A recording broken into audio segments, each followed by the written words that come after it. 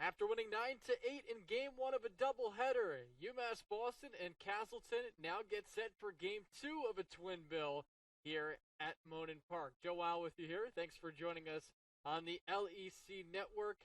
Look at the overall records for both teams. Castleton now 6-7 after losing Game 1 of the twin bill, and now 4-2 in Little East Conference play. UMass Boston picks up its first win since March 9, 2020, and improved to 1-1 overall and 1-1 in conference action. Let's now get you the starting lineups for both teams. We begin with Castleton leading things off. Hunter Perkins, followed by Reese DeCastro, Evan Keegan, and then the 4-5-6 batters, Jeremy Johnson, Adam Newton, Jack Miller, followed by Johnny McComas, Armando Cardenas, and Ryan Lawrence rounding out the 9.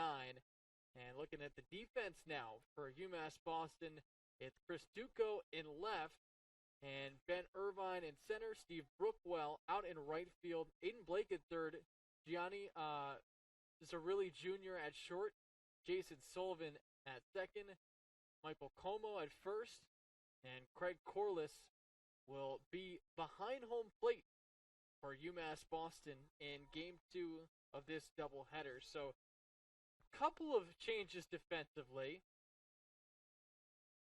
and we'll highlight some of the ones you'll see from Game 2 that'll be different than Game 1. Curtis Tyrone was at third base in Game 1. He's now the designated hitter. Craig Corliss, he was a designated hitter in Game 1 of this twin bill. He'll be behind home plate. Michael Como came in as a defensive replacement in Game 1. He also had an at-bat, and now he's playing at first base in this twin bill finale. Aiden Blake playing third base in this as well in Game 2 of this doubleheader. So it's Dylan Ryan on the mound for UMass Boston, facing off against Hunter Perkins. And the first pitch comes home, and it is low for ball one. We are underway in Game 2 of a doubleheader, and the Beacons looking to complete a twin bill sweep and improve to 2-1. 1 ball, no strike count. Perkins leading off for the second consecutive game, and he takes the strike on the outer edge. It's now a 2-1 count. He entered the day hitting .289. He picked up 1 hit in Game 1 of the doubleheader, and also was hit by a pitch and walked. Up the on-base percentage that entered the day over 400. 1-1. Just missing inside, count at 2-1. Ryan, a sophomore out of Sandwich, Massachusetts, stands in at 6'1", 165. He had 2 appearances last year. He gave up 5 runs in 2 innings of work. Now on the hill to start off game number 2. Good pitch on the inner half. It's now a 2-ball, 2-strike count.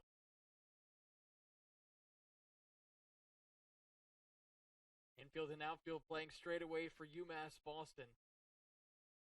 The sun back out on the field, and it is a gorgeous day in Boston, Massachusetts. On the inside corner, strike 3, and Dylan Ryan begins his day with a backwards K. 1 gone here in the top of the first.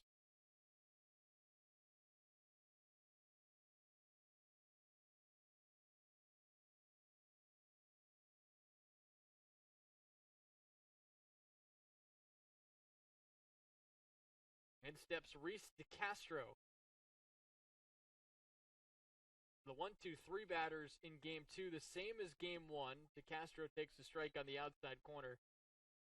It was Perkins, DeCastro, Keegan in Game 1, and Game 2, Perkins, DeCastro, and Keegan.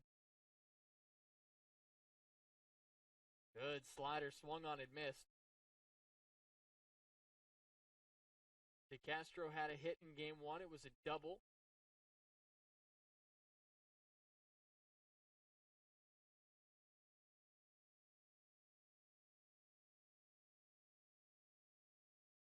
Nothing in 2.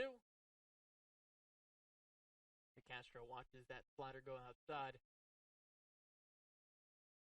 Castleton was no hit through the first 3 innings, and then were able to piece together some solid rallies. They scored 3 in the 4th inning, 2 in the 8th, and then 3 in the 9th to mount a pretty good comeback that ultimately fell short, but it showed some good fight, and the Spartans brought the game within 1 in the 9th inning UMass Boston was up 9-5. They scored 3 runs. They had the tying run at third base before Ethan Herrera was finally able to shut the door on a flyout to center field to end the game.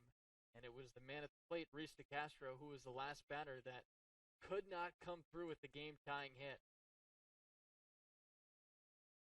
1-2.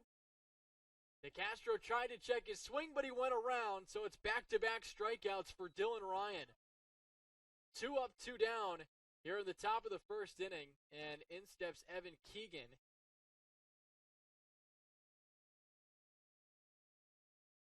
Keegan entered the day hitting .429, but he was held hitless in game 1 of this doubleheader, and he was the man on deck. So you figure if DeCastro was able to tie the game, UMass Boston would have been in even more trouble because this guy was going to be up at the plate. Como at first, flips it to Ryan, and it's an easy 1-2-3 inning for the right-hander out of Sandwich, Massachusetts. We go to the bottom of the first. Castleton nothing. UMass Boston coming to bat right after this.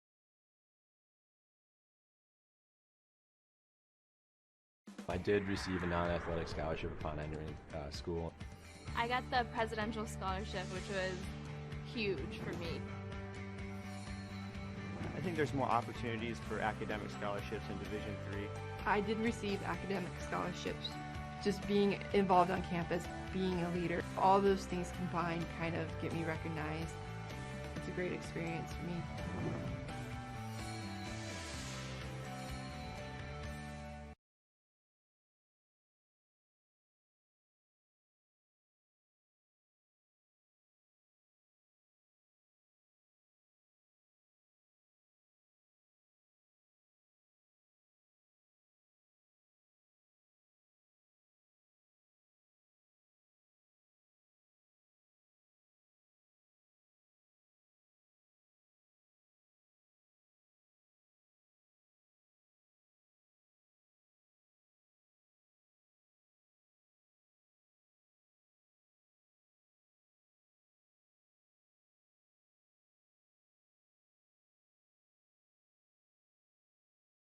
Bottom of the first inning here in Boston, Massachusetts, between UMass Boston and Castleton. And the Beacons lineup will go up against the left-hander and Zach Marlowe. This is his 4th appearance of the season. He enters with an 0-1 record, 4.38 ERA. He has struck out 13 batters in 12 1/3 innings. He's allowed 11 hits and 6 earned runs while walking 8. The starting 9 for UMass Boston looks like this. It's Ben Irvine, followed by Gianni Zarilli Jr., Curtis Tyrone, Craig Corliss, Steve Brookwell, Aiden Blake, Michael Como, Chris Duco, and then Jason Sullivan rounding out the 9. And this is an offense that really went to work in game 1 of this twin bill. 15 hits, 9 runs, and they were able to take advantage of most of their opportunities, and that was ultimately the difference in game 1 because Castleton left 11 men on base. UMass Boston left just 7 men on base, and UMass Boston won game 1 by a score of 9-8. So in steps Ben Irvine, who scored 3 times in game 1. He went 1 for 4, but among the at-bats was a single, a walk, and then one time he scored, he had gotten on base on a fielder's choice. So it's a left-on-left battle. Start things off. First pitch, outside for ball 1. So Irvine now 1 for 7 on the season, 3 runs scored, and 2 walks. So despite the low average, it's only 2 games, 1, and 2, he's doing a good job doing what he's supposed to do at the top of the lineup, and that's get on base and score with the 3 runs over 2 games. That's exactly what the coaching staff wanted when they recruited him to come here after transferring from Maryland. Playing with the Terps. 2-0. Swing and a miss. Marlowe's last outing came against UMass Dartmouth, and it was a game in which the Spartans won. He went 5 1/3 innings in that game, and he allowed 6 hits and 3 earned runs. Spartans won 6-5.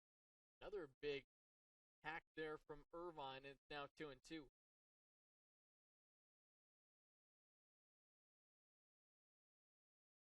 Harlow from New York, from Plattsburgh. And a junior on this team. 2-2. Two-hopper to short. Adam Newton throws to first in time, 1 out. Here is how Castleton aligns defensively. It's Hunter Perkins in left, Ryan Lawrence in center, Johnny McComas in right, Armando Cardenas at third, Adam Newton at shortstop, Reese DeCastro at second, Evan Keegan at first, Jeremy Johnson behind home plate, getting his first start of this twin bill. There's Gianni Zarilli, Jr., who had a good first game of this doubleheader with 2 hits and 2 runs scored as he waves and misses at the first pitch. It was really the top of the lineup that did a fantastic job in Game 1. Curtis Tyrone had 3 hits and 3 RBIs. Craig Corliss, 3 hits and 3 RBIs. And then Zarilli Jr. and Irvine did their job at the top of the lineup, combining for 5 runs scored. And Zarilli Jr., 5 for 10 on the season, 2 runs scored, 2 RBIs. The second baseman, DeCastro, right now playing in shallow right field. Slight bit shifted towards second base, so big hole on the right side. 1-1. Way upstairs, and it's now a 2-ball, 1 strike count.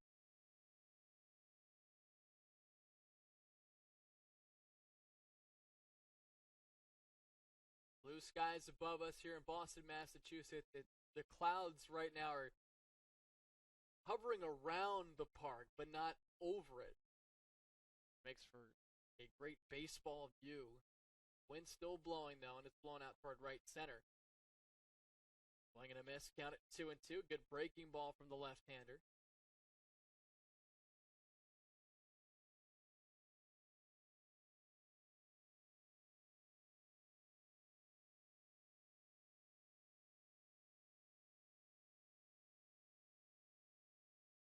The southpaw has his sign, the 2-2 pitch, in the dirt.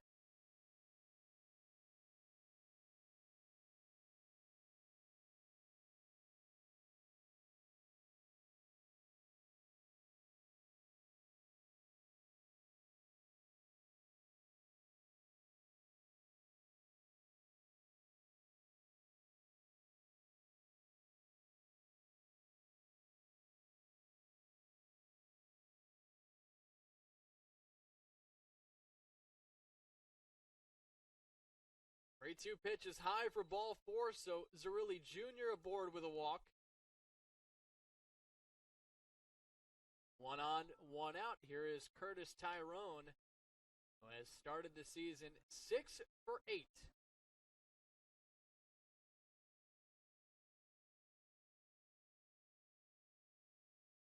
Tyrone went 3 for 3 in the Beacon season opener, 3 for 5 in Game 1 of this doubleheader.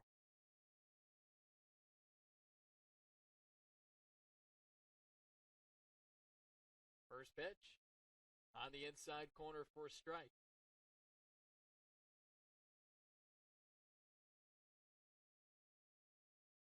And if this Beacons team hits like they did in Game 1, they are going to be a force this year within Little East Conference action. The pitch is popped up into right center. Sullivan, the second baseman, gives way to the right fielder. And McComas, beg your pardon, the second baseman, DeCastro. But it's McComas who makes the catch. 2 gone.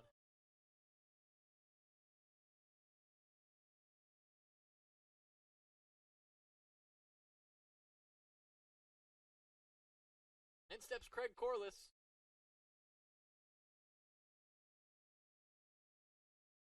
Off for a 5 for 10 start.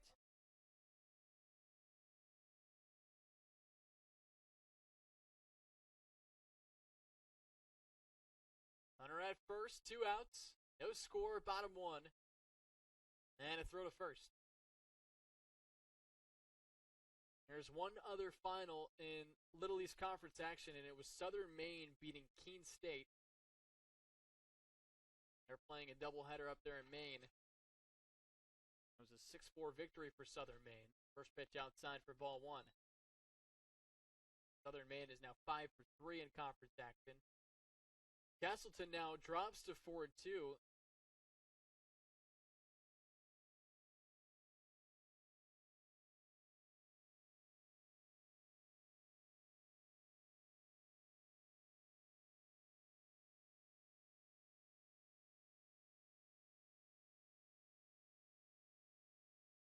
How about Eastern Connecticut? They are off to a 9-0 start in conference play. And not only that, they're 18-2 overall, currently riding a 4-game winning streak.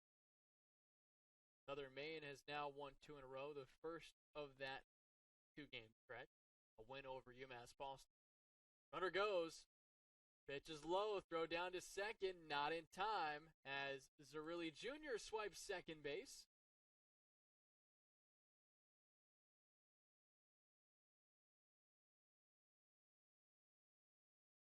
So the Beacons have a runner at second with 2 outs. 3-ball, no-strike count here on Craig Corliss. Big hole on the right side now. The second baseman, DeCastro, is trying to keep Zerilli Jr. honest over there. We'll see if Corliss gets the green light, but not before a pickoff attempt second.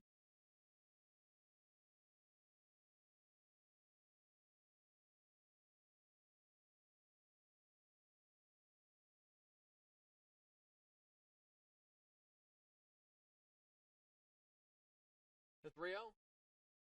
And Corliss takes ball 4. So 2 walks in the inning issued by Marlowe.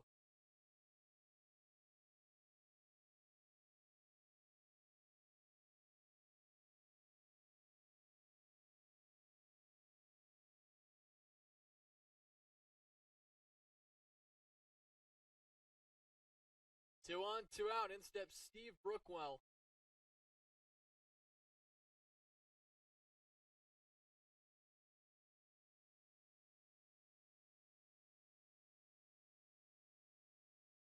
He takes one upstairs. So we're seeing Marlowe missing a lot with the fastball here in the bottom of the first inning.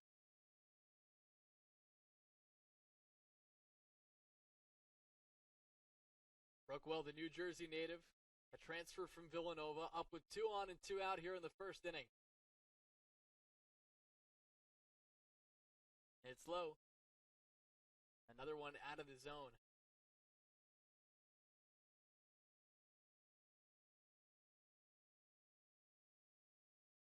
And you're seeing the left-hander try to change up the dirt pattern right in front of the rubber.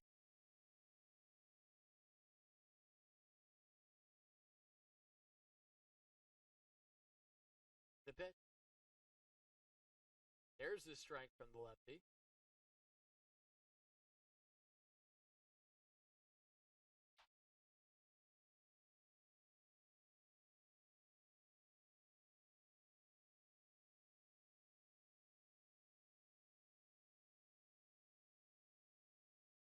The 2-1.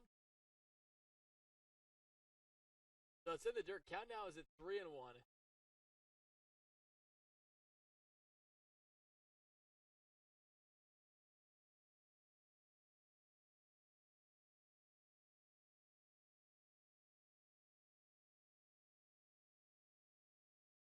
Hitters count for Brookwell. The pitch. Hit on 1 hop to short. Newton stabs at it, flips to second. That ends the inning. So no score between Castleton and UMass Boston through 1. We go to the second. Back after this on the LEC Network.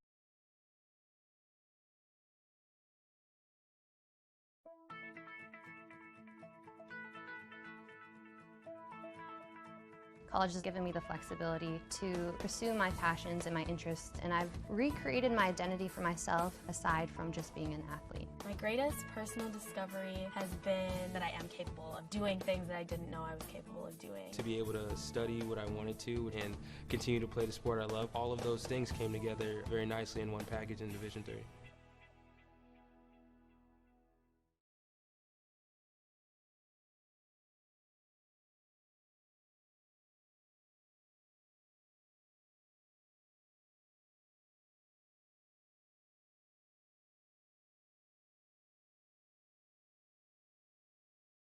Top of the second inning at Monin Park. No score between Castleton and UMass Boston in Game 2 of a doubleheader. Joe Weil with you. Thanks for joining us on your Sunday afternoon that is slowly becoming evening as we've hit the 5 o'clock mark here on the East Coast. Dillon Ryan with some impressive work in the top of the first inning. He struck out 2, and it was a 1-2-3 frame.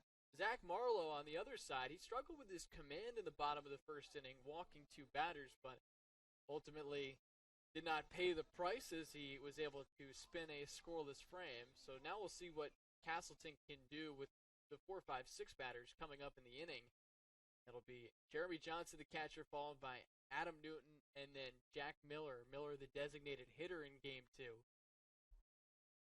And Jeremy Johnson, he didn't see action in Game 1, but now batting in the 4th spot. He's 2 for 16 on the season. He has a double to his name in 2021 and also 1 RBI with 2 walks and a pair of hit by pitches. We talked about the odd phenomena with this Castleton team with the hit by pitches. They had five batters were hit by pitches in Game 1. That is up their total to 30 on the season.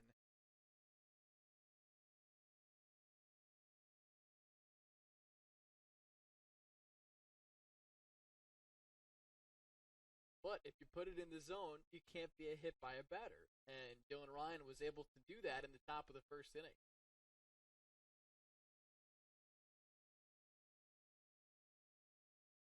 First pitch. Johnson did not go. It's a 1-ball, no strike count. Johnson from New York. He's a senior on this team.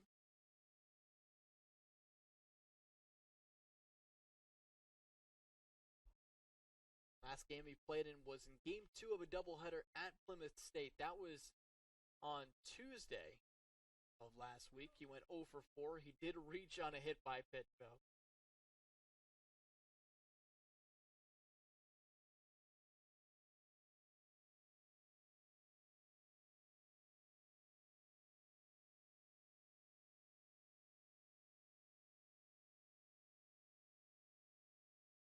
The 2-0.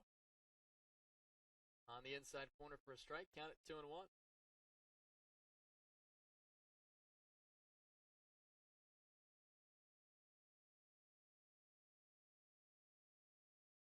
Big rip and a miss. Count it 2-2. Good pitch there from Ryan. The fastball has been on point so far. He already has 2 strikeouts, 1 looking, 1 swinging. Could possibly get his 3rd one here. 2-2. Breaking ball in there for strike 3. An exceptional start for Dillon Ryan. 3 strikeouts through an inning and a 3rd. And there's 1 gone. In steps Adam Newton. The shortstop reached base 4 times in Game 1 of the doubleheader.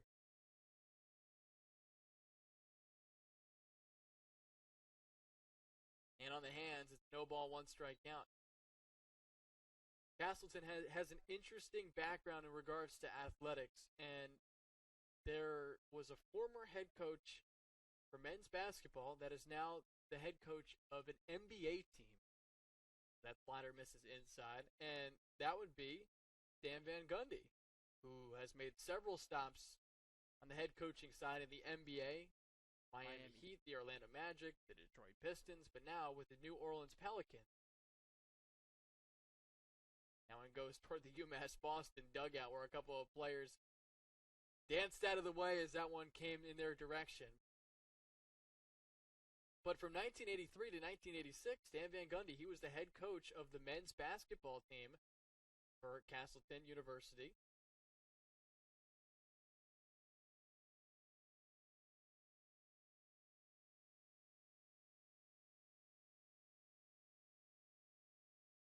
Swing and a miss. That's 4 strikeouts for Dillon Ryan.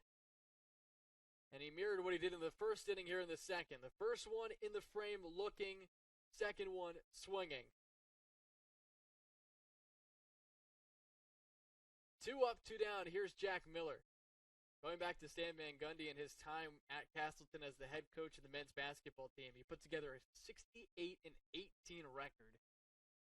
First pitch low and away for ball 1. Back then, Castleton was part of the Mayflower Conference, so obviously different from the Little East Conference.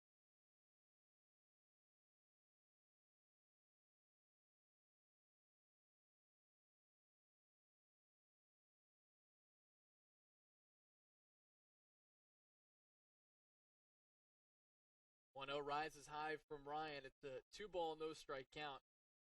This is Miller's first start of the Twin Bill, 1 for 6 on the season, and this is his third start of the year. And actually, for Stan Van Gundy, Castleton was not the only spot in the collegiate ranks in which he coached in New England. He also had a stop at UMass Lowell before going to Wisconsin. There's a strike for Brian. Now a 2-1 count. He hasn't broken through with an NBA championship under his belt as a head coach, but he's been close. He went to the NBA Finals with the Orlando Magic during that 2008-2009 season where his team lost to Kobe Bryant and the Los Angeles Lakers. He also was the head coach of the Miami Heat before Pat Riley took over and won a championship with them with Dwayne Wade and Shaq. We'll see if he can get there now with the Pelicans and Zion Williamson. But everybody has to start at a certain point, and for Stan Van Gundy, pretty cool that it was at Castleton University in Vermont. Chance to strike out the side for Dillon Ryan, the 2-2. That goes behind Miller. He did not get the right grip on the slider and gives a look at the hitter, Miller, saying, my bad, and then tries to go over the motion for throwing a slider.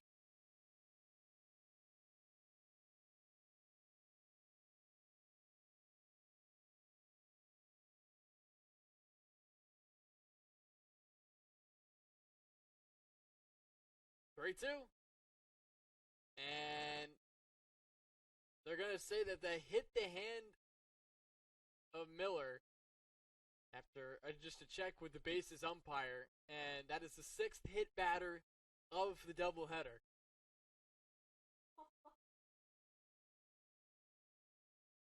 So the phenomenon for Castleton continues. 5 in Game 1, now 1 here in Game 2.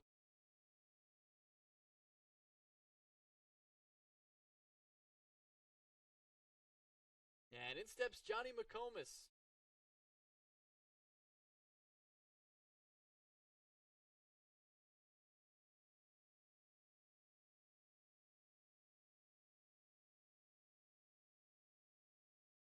McComas, the Missoula, Montana native, scored twice in Game 1 of the doubleheader. Did not get a hit, though. He did walk once. Took 5 pitchers for UMass Boston to secure a victory, the first of 2021. 1-0 pitch is outside, count at 2-0. So Ryan, who was rolling through an inning and 2/3, went to a full count with Jack Miller and then hit him on the hands. And now he's falling behind here on McComas. 2 balls and no strikes. Another one out of the zone.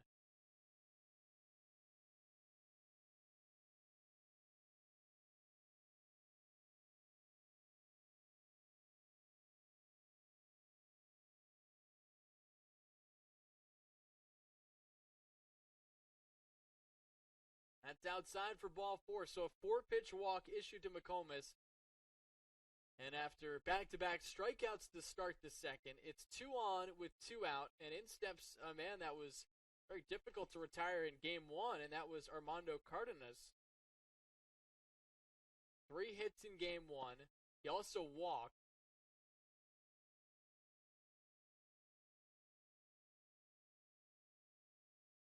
And he has an opportunity to give Castleton its first lead of this doubleheader.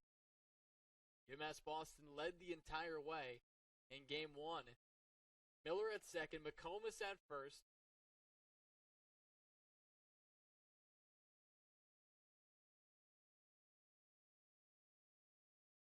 And there's a strike.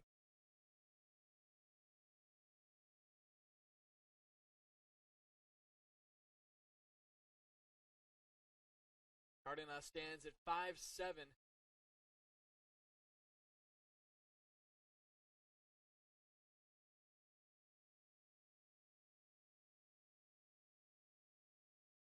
Outside, staff throw to first, and Comas gets back. And baseball is a sport where 5-7, that's something you do see. It's obviously not something you see a whole lot in the major leagues, but it's something that you do see from time to time. In fact, at Fenway today, fans will see a 5'7" second baseman, and actually a guy that was a first-round pick for the Chicago White Sox, and Nick Madrigal.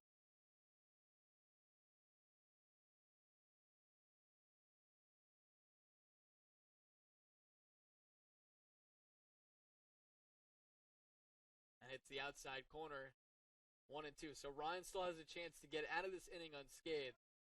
And of course, fans in these parts, they love Dustin Pedroia at second base for so many years. He was a little bit taller than 5'7", but definitely not a guy that had a big stature, yet he had a lot of heart when he played and contributed a ton to that organization.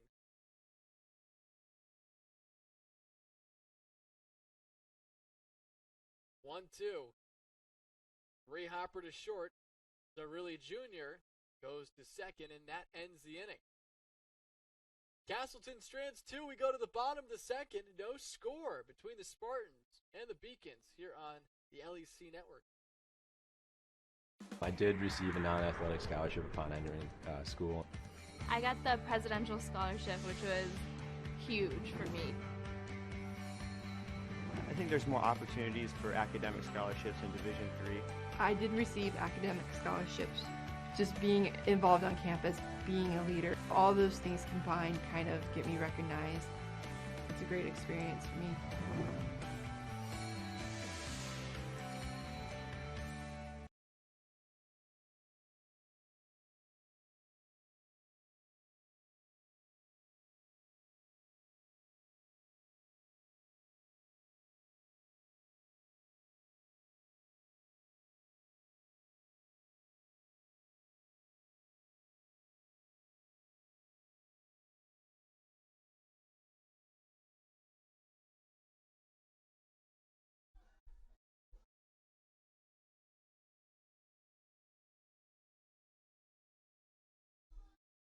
Bottom two at Monin Park in Boston, Massachusetts. No score between Castleton and UMass Boston in game 2 of a doubleheader. 6, 7, 8 up in the lineup for UMass Boston. It's Aiden Blake to lead things off. He did not play in game 1, but getting the start at third base in game 2, and he is 1 for 3 on the season.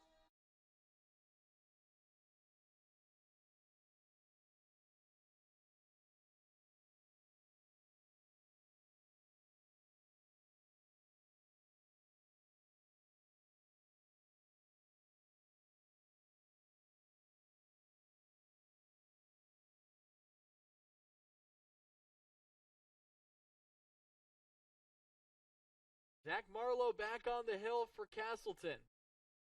After issuing 2 walks in the first inning, but working around that, and the first pitch is outside.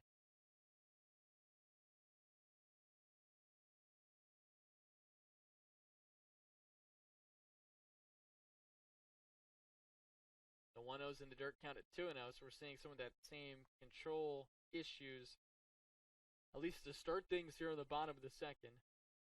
Michael Como's up next, followed by Chris Duco.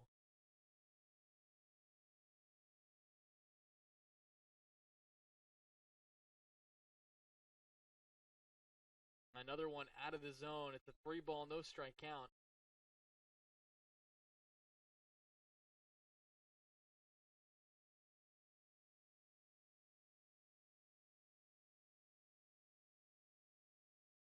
That one's high for ball 4, so 4 straight pitches missing, and it's the 3rd walk issued by Marlowe. We saw it in the numbers entering this game. He actually averaged over a strikeout per inning, struggled a little bit with the walks, but not too bad. And yet he's issued 3 through an inning plus. So in steps Michael Como, former baseball and football star at Andover High School. He squares around a bunt. Runner goes, pitch a strike, throw down to second, and the shortstop, Newton, was unable to corral it, so it's a stolen base for Blake.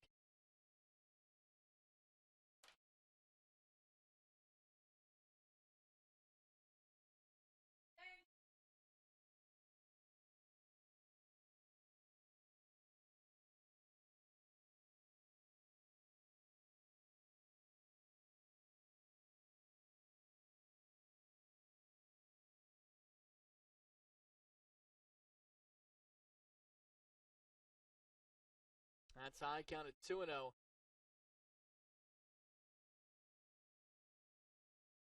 Entering this season, Como had played in 19 games. He had 4 starts. He went 7 for 17 in that stretch. Had 1 home run to his name in his collegiate career, too. Another one high, count at 2-1. And Marlowe's wincing a little bit after a couple of these pitches that are just missing up because he knows he just can't find it right now.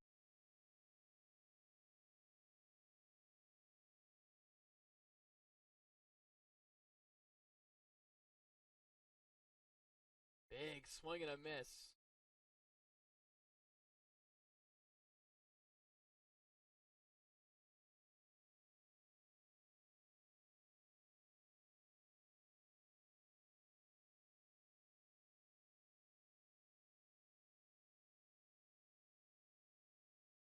The 2-2. It misses, so the count runs full at 3 balls and 2 strikes. And what UMass Boston is doing at the very least is just drawing out at bats against Marlowe and trying to minimize how much he pitches. And the way they can do that also is by scoring, but the fact that they're doing it in this way, even if they don't score, is important. And a step off and a look at second base. Blake was well off the bag, getting a great lead.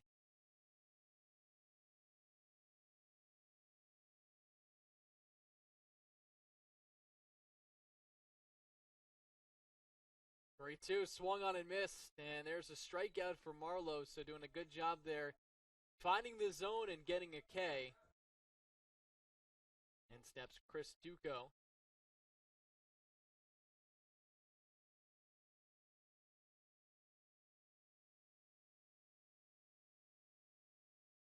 Duco 2 for 5 on the season.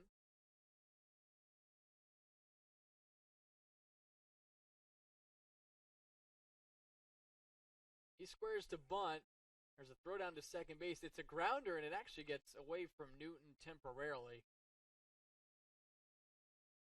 They tried the back pick there on Blake, but the catcher Johnson just did not get a good grip in terms of throwing it down to second base.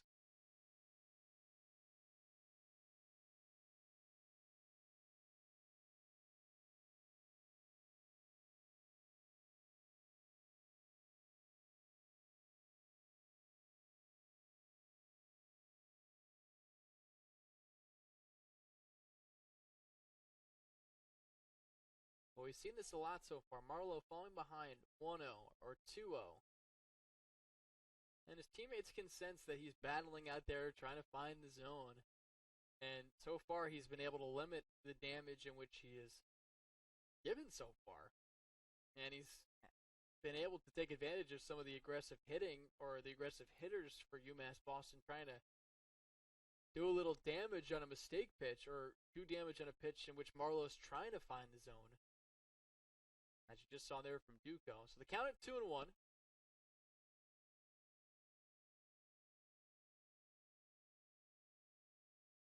It hits the inside corner, so there's a good one from the southpaw. It's now 2-2.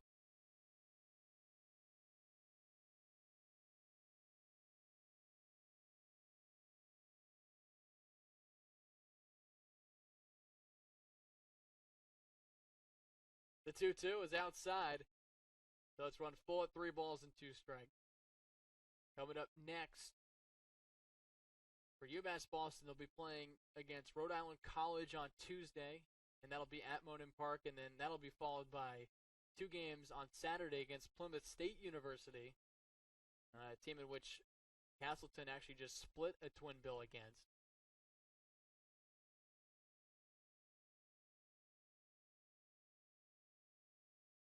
Duco tried to check his swing, and he was able to do so.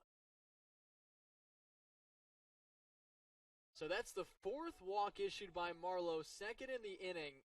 And there's 2 on with 1 out. In steps Jason Sullivan, the 9-batter. And if you're Marlowe, you can only play with fire for so long, especially with an offense that's pretty potent, as UMass Boston showcased in Game 1 with 15 hits.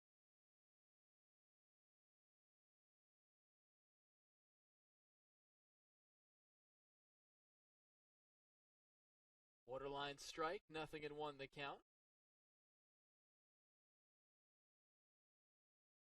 All but one starter got a hit for UMass Boston in Game 1, and that was Nico Kites, and he's not even in the lineup in Game 2. Getting some rest for this Twin Bill finale. Throw to second as Blake gets back.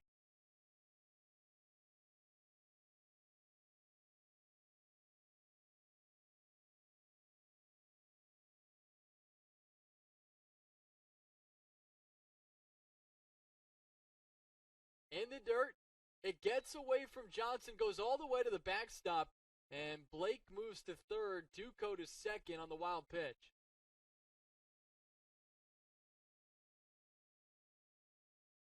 It could have been even worse for Castleton because Johnson for a moment couldn't even locate the ball.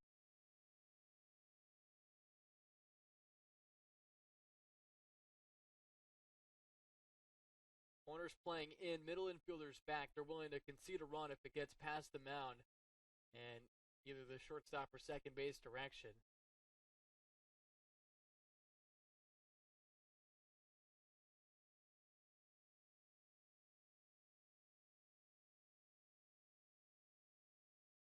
It was a wire-to-wire victory for UMass Boston in Game 1, and now the Beacons looking to take the early edge in Game 2. 1 ball, 2 strike count as Marlowe works from the full windup now. And it's a strike 3 call on the outside corner.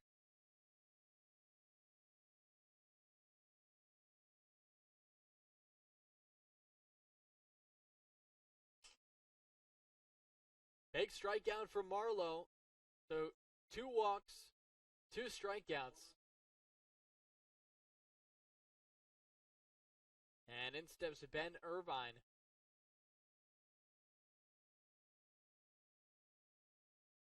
He grounds it out to short his first time up. A chance for Marlowe to work out of trouble yet again.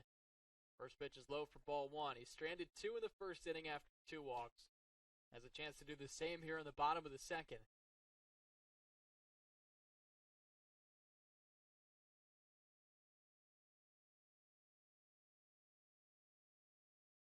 Hit off the end of the bat into center. Lawrence barely has to move as he makes the catch, and Zach Marlowe is able to work out of trouble yet again. We go to the third. No score between UMass Boston and Castleton here on the LEC Network.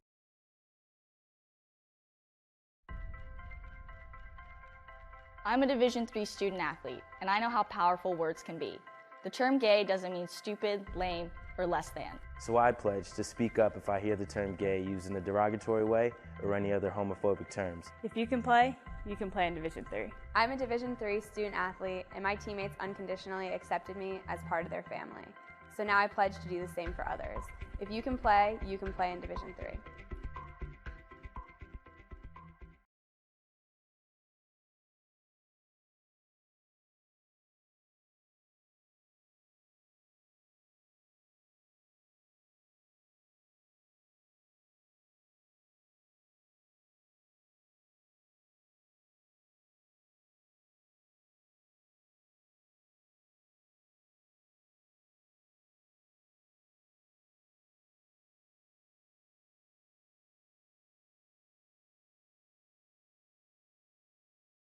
Top of the third inning from Monin Park. No score between UMass Boston and Castleton University. Now Little East Conference doubleheader matchup. This is Game 2 after UMass Boston won Game 1. And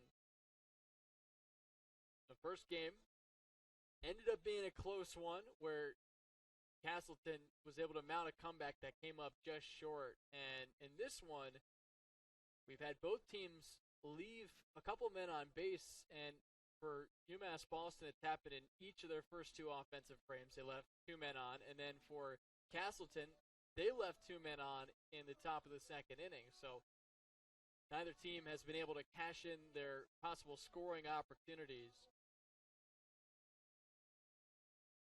Taking a look at the rest of the conference right now, we've had several games postponed, and they were doubleheader games between Plymouth State and UMass Dartmouth. That got postponed. It was supposed to be a doubleheader. And then same goes for Rhode Island College and Western Connecticut. Meanwhile, Keene State fell to Southern Maine 6-4 in Game 1 of a doubleheader, and Game 2 is now underway in Maine at Ed Flaherty Field. Dillon Ryan on the hill for his third inning of work. He'll face the 9-1-2 batters in this inning, and it's Ryan Lawrence to lead things off, who had a very productive day at the plate in Game 1 of this twin bill. He takes the first pitch strike.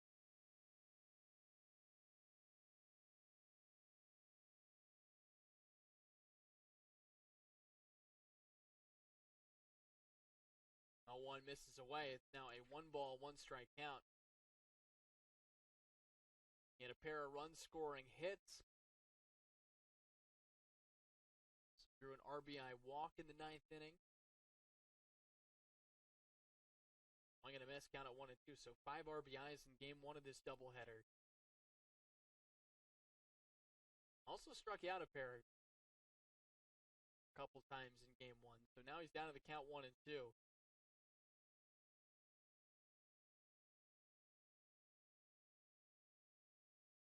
He comes home, and Ryan picks up strikeout number 5. Fastball over the outer part of the plate, and he freezes Lawrence for the first out. Dillon Ryan with an impressive start to his day. 5 strikeouts through 2 1/3 innings. And it's back to the top of the lineup we go. In steps Hunter Perkins. He struck out looking at his first at-bat. Sliders low for ball 1. Mentioned in the top of the second inning about some of the history of athletics for Castleton University and how Stan Van Gundy, current head coach of the New Orleans Pelicans, was a head coach for what was then known as Castleton State College back from 1983 to 1986. So Stan Van Gundy actually was a coach there and then worked his way for the NBA, and now he's been a head coach at 4 different stops. That's outside, count at 2-1. But possibly the most interesting athletics-related story in regards to Castleton University has to be Chad Bentz. And Chad Bentz, if you don't know, he was a former Major League pitcher, but he did not go to college at Castleton University for baseball.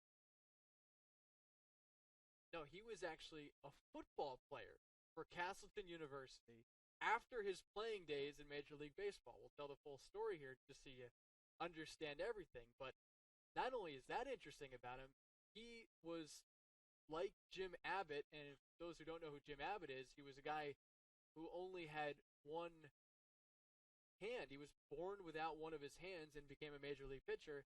That was the same deal for Chad Bentz. He became the second pitcher to ever be in the big leagues born without one of his hands. So he pitched for 2 years, and then after his playing days, he was a coach. And one of his players' dads was actually the coach at Castleton State College, known then, and then of course became Castleton University. And they talked about it, and he mentioned that he played football when he was in high school. As there's a strike to Reese Castro after Hunter Perkins is retired. And so he had made a mention about how he wanted to, or he kind of wished he could play football. And the coach said, how about you just play for us? And according to Bentz, he said he responded about 400 times to the coach saying, are you serious? But then he went home and asked his wife for permission to play, and he ended up playing. And he was a running back for that Castleton University team. And then he moved from that to becoming an assistant coach for the baseball team for a short time, too. But just a fascinating story and an incredible story at that. The fact that he, through just having one hand, was able to become a Major League pitcher, but then to go back to school after playing Major League Baseball and play college football. 1-2 is outside, count it 2-2. De Castro struck out swinging his first time up. A little bit of trivia also on Bentz's side. Not only was he the second pitcher after Jim Abbott to play in the major leagues born without one of his hands, but he was also part of the last ever Montreal Expos team making his debut with that 2004 club before they became the Washington Nationals. Another chance in center field for Irvine, but this one will go over his head and go toward the triangle in that 420 sign. DeCastro takes a big turn around second, but now slides back to the bag. He is aboard with a 2-out double and the first hit of this game for either team.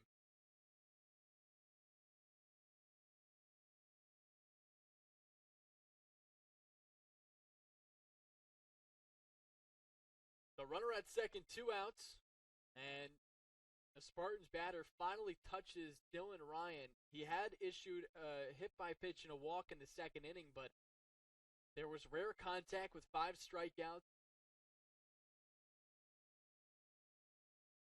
But that hit from DeCastro, the first hit of the game, and now in steps Evan Keegan, who's due for a hit, came into the series with a 4.29 average and was held hitless in game 1. First one's home for a strike.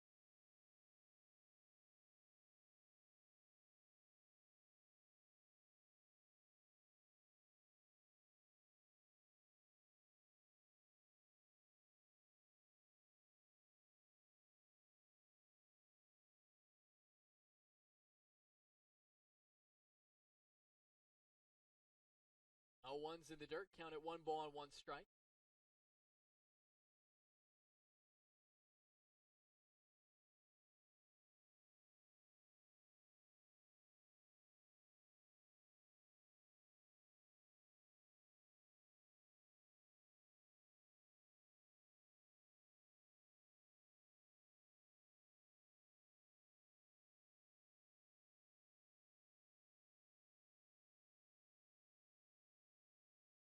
The 1-1 punch foul outside of first, and now Ryan can get out of this inning with another strikeout.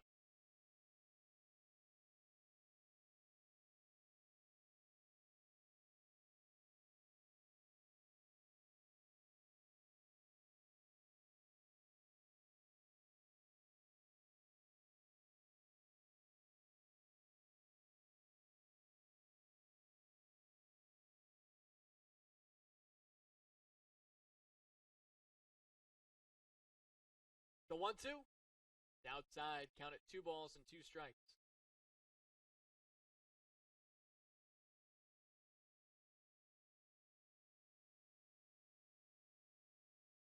So Ryan has already pitched more innings than he did in 2020, and obviously that was a shortened season, but more innings than he had pitched previously in his college career. Through 2 2/3 innings, looked for another scoreless inning, but Keegan calls for time.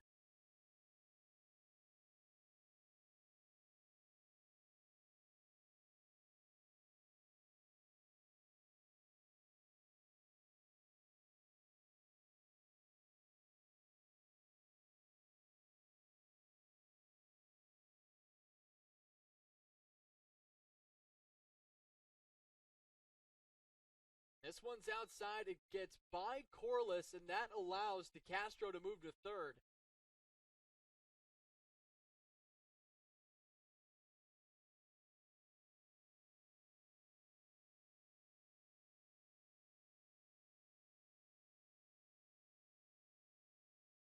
Three balls, 2 strikes, 2 outs. And you can say with the second, with a guy at second base that a hit doesn't definitively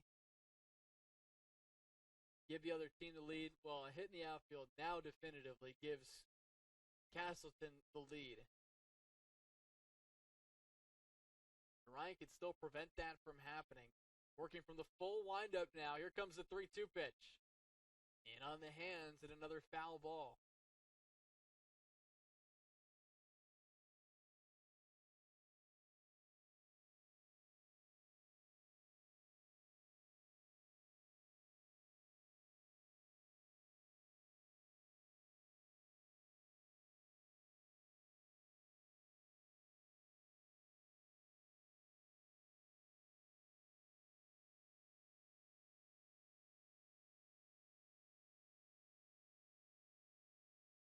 A high-stakes battle here at the top of the third inning. Castleton looking to take its first lead of the doubleheader.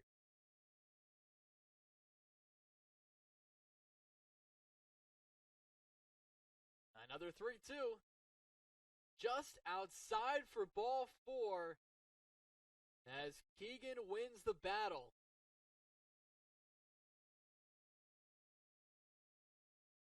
You can see Ryan on the mound wince a little bit, hoping to get that call, but it appeared as if it was just off the plate. And Keegan, despite not having a hit yet in this series, he's done a good job getting on base. That's the third time in this twin bill he's been able to do that. 2 walks and a hit by pitch now combined, and that was good plate discipline and a good job working the at-bat. So he passes the baton to Jeremy Johnson now. He struck out looking his first time up.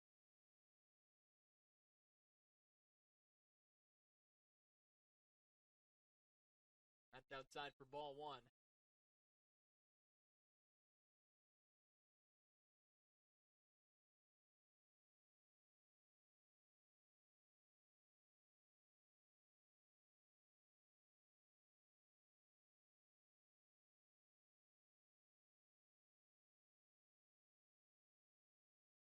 Good fastball on the outside corner. And Johnson almost wished he swung at that one because he kind of cocked his head back after that last pitch, wishing that he maybe took a stab at it.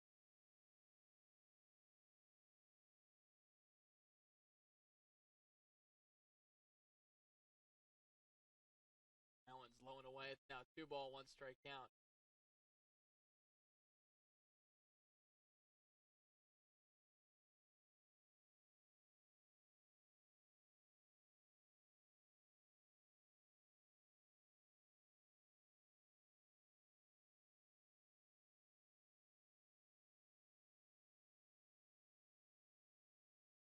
Another one out of the zone. It's a 3-1 count. So this looked like it had the makings of an easy inning, but then after 2 quick outs, Reese DeCastro doubled.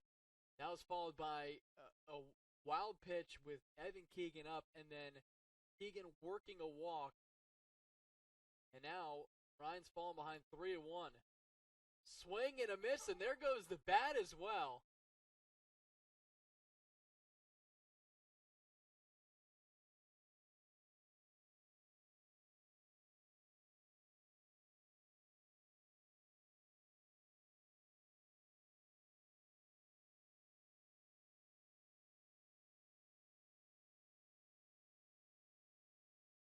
The count is full, 2 outs, top of the 3rd inning. Keegan will go on the next pitch.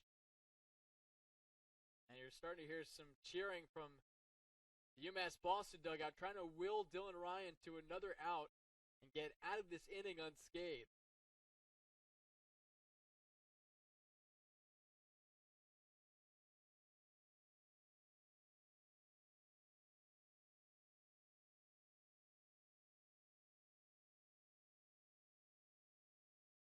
On the top step, over the railing, watching as Ryan tries to get out of this.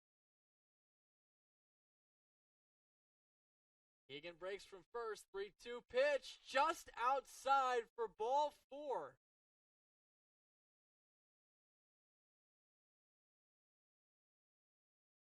And it was similar to the pitch that he threw to Evan Keegan in the previous at-bat. It was just a bit outside.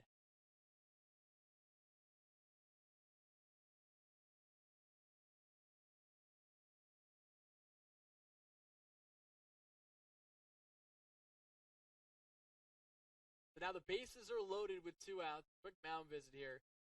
And Adam Newton will be the next batter.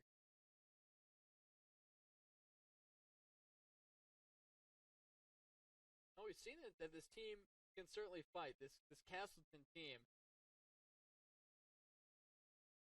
They put together an impressive 2-out, 3-run rally in the 9th inning before that game wrapped up and was a UMass Boston victory.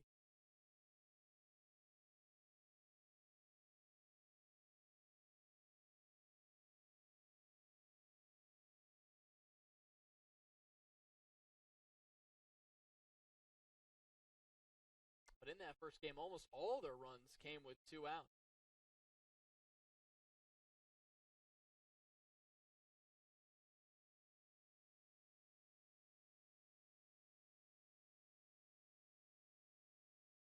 There's a strike. 0-1 the count.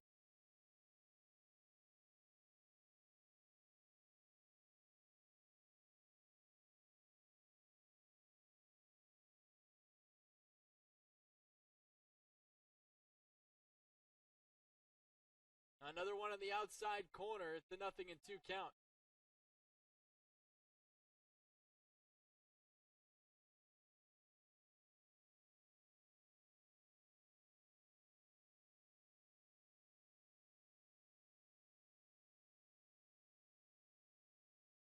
No balls, 2 strikes, 2 outs. The pitch from Ryan. Outside, count it 1-2.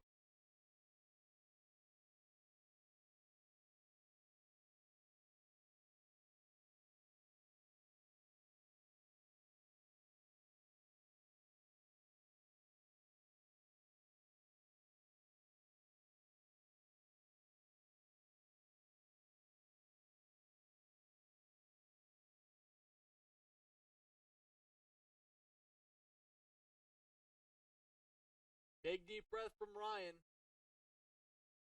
Bases loaded. 2 outs. And time called here by Newton. It's been a lengthy inning, no question. But at the same time, you look at the scoreboard and there's still no runs up there.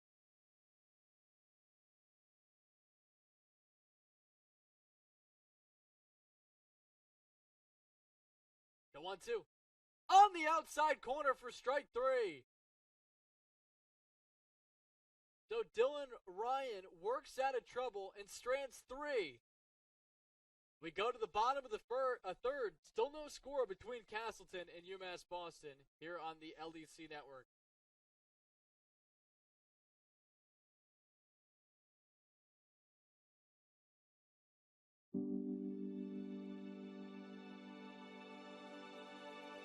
What separates UMass Boston from other schools is the fact that a large percentage of students commute. For me, it takes 2 hours each day to go to and from school, but every second has been worth it because the students that come here are serious about learning, they value their education, and understand where it'll take them in the future. This is what UMass Boston means to me.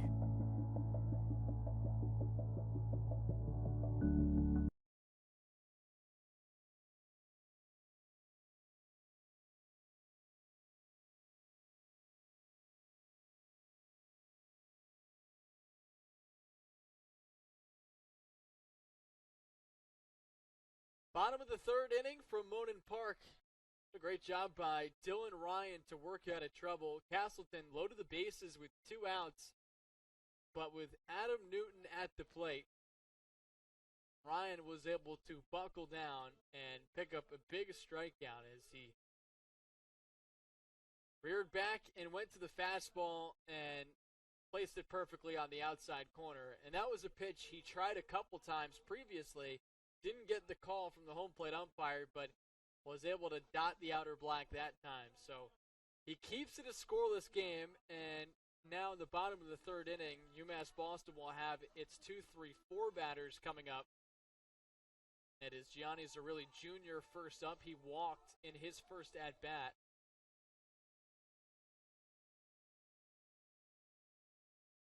After him, it is Curtis Tyrone and then Craig Corliss.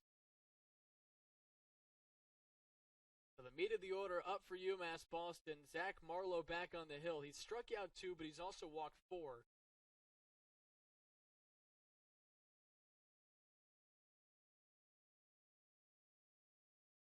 That one's low for ball 1. The only hit of the game came in the top of the third inning from Reese DeCastro. That was a 2-out double.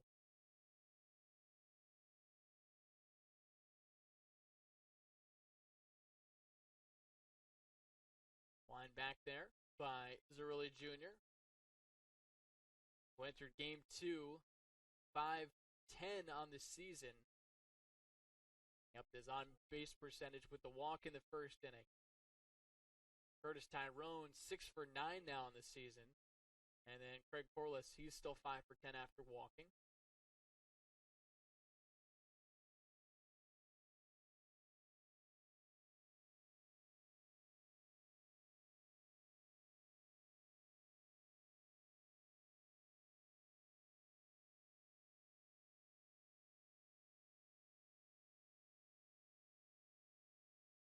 Another one high.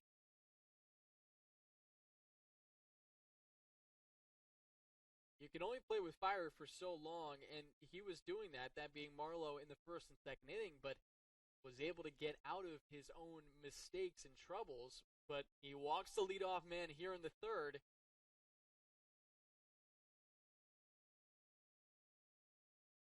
And you have to contest with now Curtis Tyrone, and then followed by Craig Corliss. Two guys that are swinging the bat well to start the season.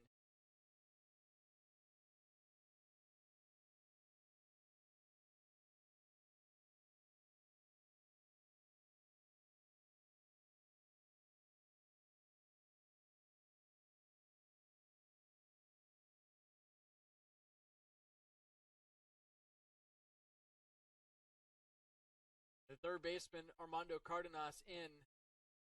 And the first pitch, it actually squirts out of the glove of Johnson, and that allows Zerilli Jr. to get to second base.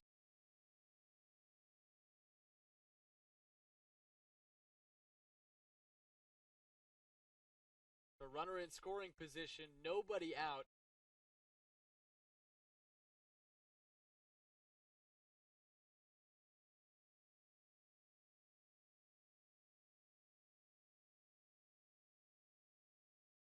The 1-0.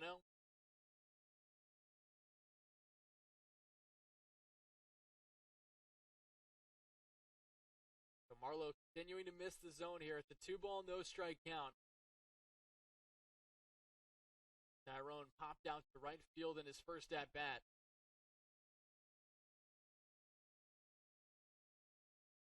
Another one high, and it's a 3-ball, no strike count.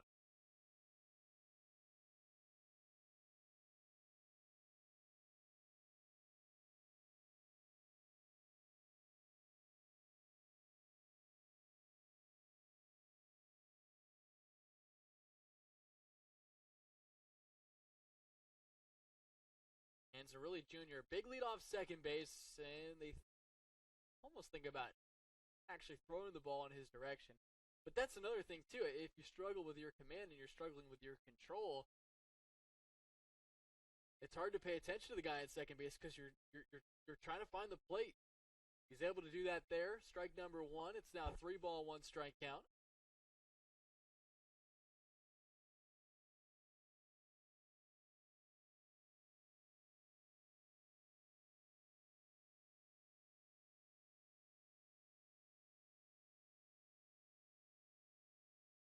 Rip back, count it 3-2.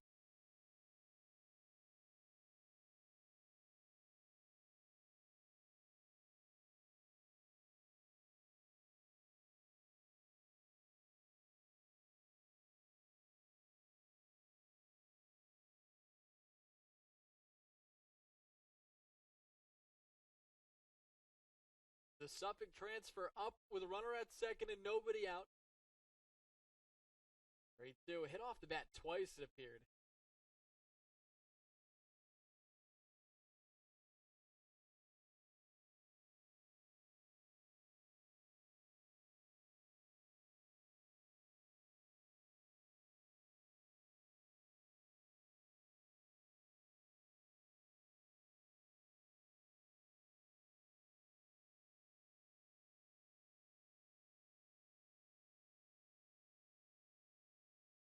Another 3-2. It's high for ball 4, so 2 on with nobody out.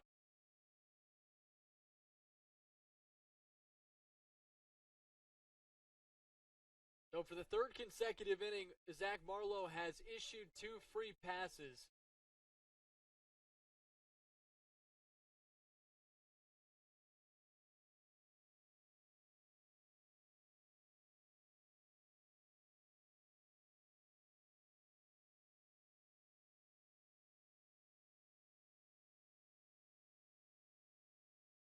In steps Craig Corliss. First pitch goes under the legs of Johnson, and that moves both runners up. Second and third, nobody out with the 4 batter in the lineup up for UMass Boston.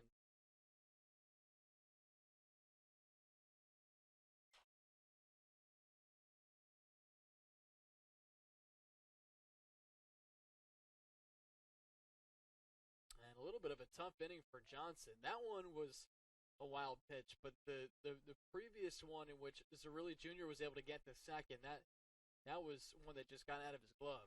1-0's outside. It's now 2-ball, no strike count. And you wonder now if Marlowe's just going to try to pitch around Corliss, and if you get him out on something out of the zone, that's obviously the most ideal thing, but maybe you try yourself with the other hitters in the lineup. We'll see how he goes with it. 2-0.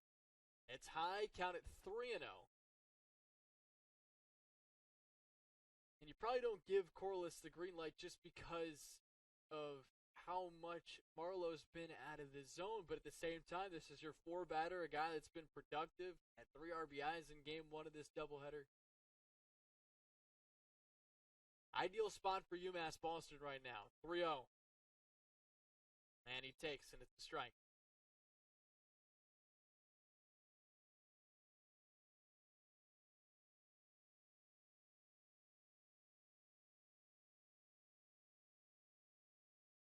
Zerilli Jr. at third, Tyrone at second. The 3-1. Hit on the ground to second. That'll bring home a run as DeCastro moves to first, or throws to first. And UMass Boston has a 1-0 lead as Zerilli Jr. comes in to score, and Tyrone moves to third.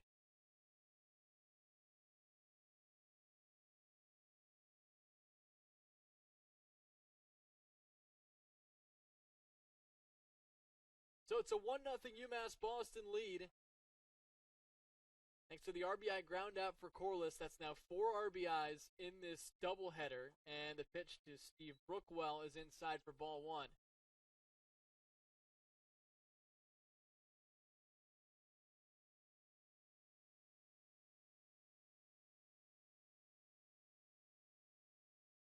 That one's low. It's now 2-ball, no strike count.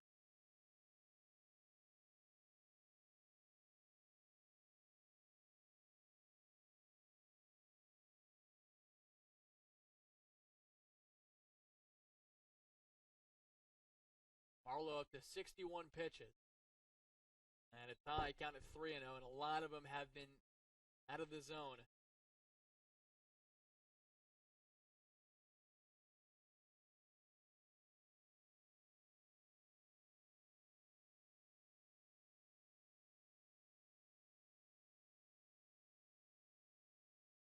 "62 pitches, 24 of which have been strikes.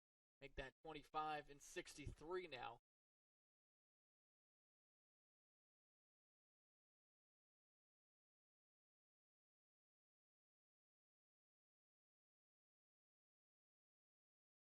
"3-1, lifted into left field. Perkins plays it on a hop, and UMass Boston now leads 2-0 as Tyrone comes in to score. It's an RBI single for Steve Brookwell, his second hit of 2021 and his second RBI.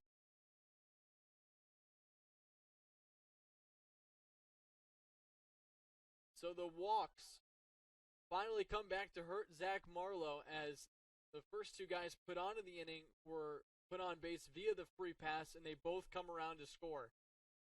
So in steps Aiden Black, who walked his first time up. Swing and a miss. Nothing and 1 the count.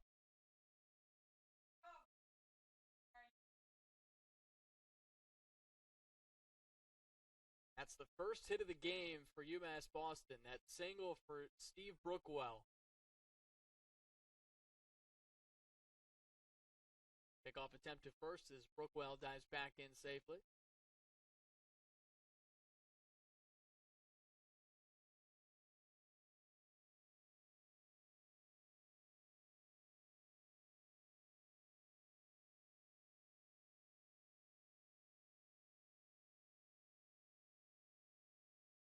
Pitch is high, throw down to second, not in time.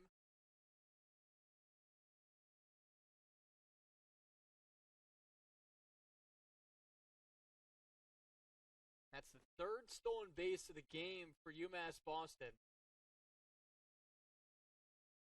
Runner at second, 1 out. The 1-ball, 1 strike count now on Aiden Blake.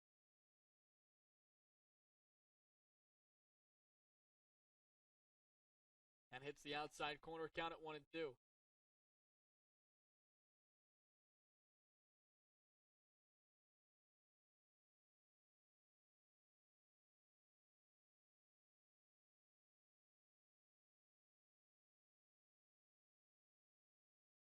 The 1-2. Swing and a miss, strike 3. Strikeout number 3 for Zach Marlowe. 2 gone here in the bottom of the third. And steps Michael Como, who struck out his first time up. 2 runs already home in the frame for the Beacons. Yanked on the ground past the first baseman Keegan and into right field. Brookwell rounds third, comes in to score standing up. It's an RBI single for Michael Como, and UMass Boston now leads 3-0.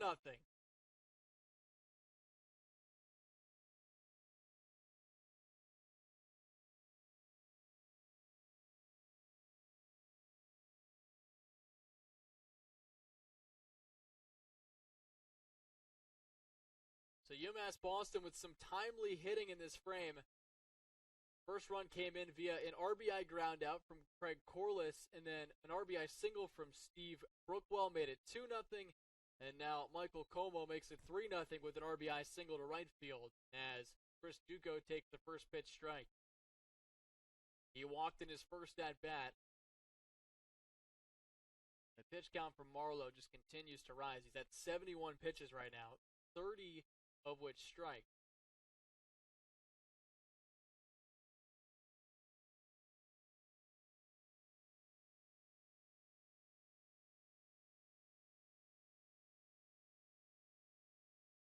No balls, 2 strikes, 2 outs. As Duco calls for time.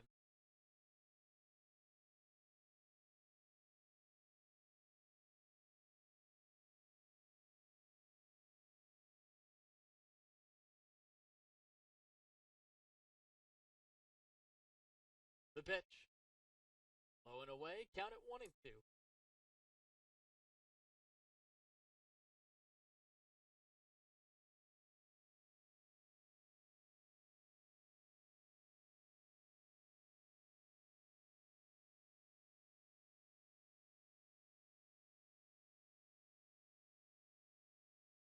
Runner goes, pitch is fouled back.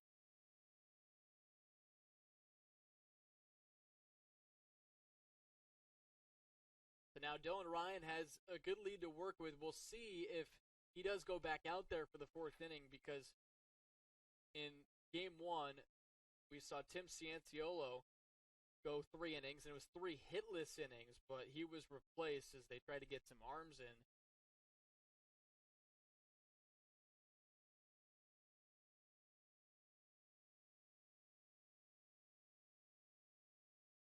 But Dillon Ryan, he strands 5 runners through 3 innings, at least currently constructed. We'll see if he can strand more or if there will be more guys get on if he does come out for more innings today. But did a great job getting out of trouble in both the 2nd and 3rd innings.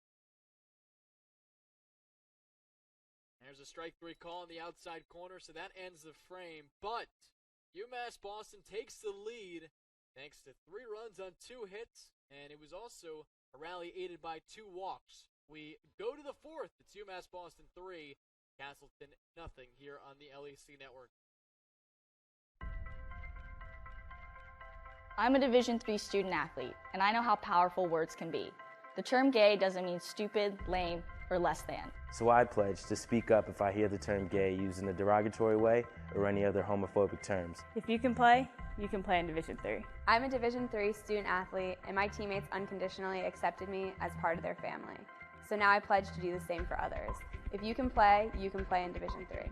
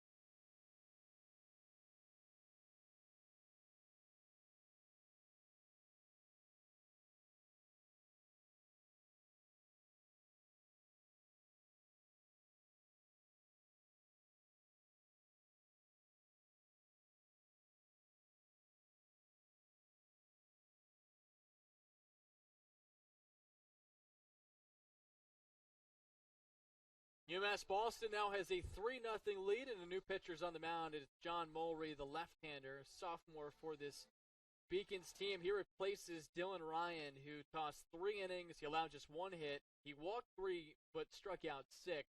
And he actually struck out 2 in each of the first 3 innings and did a very good job in terms of getting out of trouble with 2 outs. There was a 2-on, 2-out situation in the second, and he was able to get out of that. And then in the third inning, a big spot, bases loaded, 2 outs, and he was able to get a strikeout of Adam Newton looking, keep the game scoreless, and then UMass Boston just scored 3 in the bottom of the third inning. First pitch to Jack Miller, the designated hitter, is high for ball 1.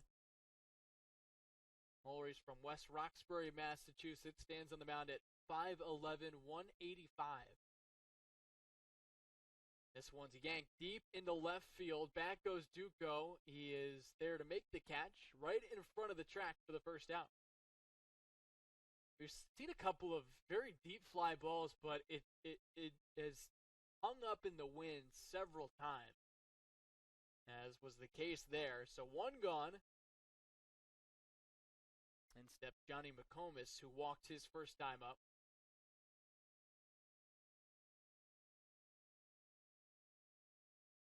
And the most impressive thing about today for UMass Boston is the fact that they have not trailed at any point. And that strikeout of Adam Newton could really be the turning point of this game, or a momentum shifting point. Can't really say it's a turning point, I guess, because UMass Boston wasn't losing, but a momentum shifter in the sense they get out of the inning and then they take that into the bottom of the third inning in plate 3.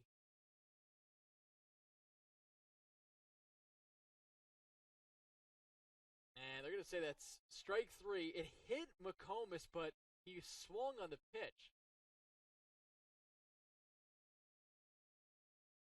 So some self-inflicted pain there. 2 gone here in the top of the 4th inning. And in steps Armando Cardenas.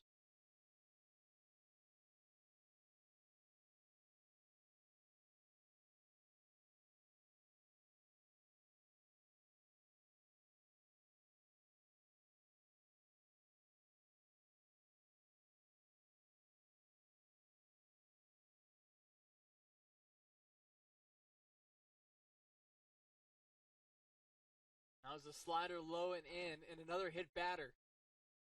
So that is 7 hit batters on the day for Castleton. 7 times they've been hit now through 12 and 2/3 innings. This is John Mulry's collegiate debut. He is now one of 4 pitchers to be making their debut today between the 2 games of this doubleheader. Here's Ryan Lawrence. First pitch low and in. And it was interesting, actually, right before Cardenas came to the plate, McComas said something to him, and it was about that last pitch. At least it appeared as if that's what they were talking about, because McComas swung at a pitch that ultimately hit him. Another one low and in. It's now a 2-ball, no strike count.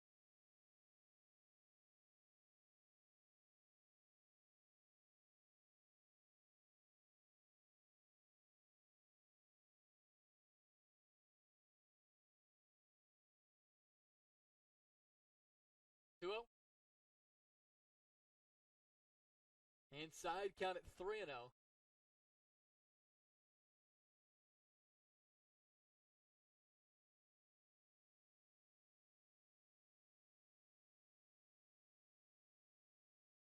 There's one on the inner half, count at 3-1.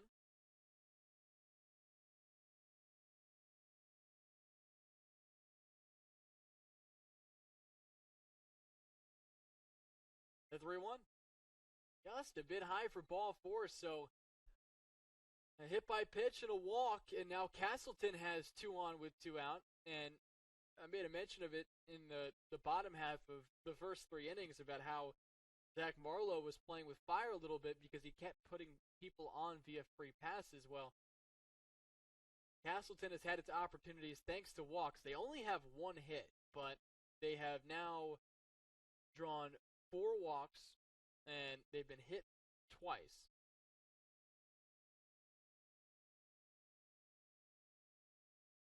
Back to the top of the lineup, here's Hunter Perkins. Runners go, pitches outside, throw down to third, dug out nicely by Blake, and he applies the tag for the final out, and that ends the inning. So well executed by UMass Boston, and we go to the bottom of the fourth. It's still a 3-0 lead for the Beacons. Back after this on the LDC Network.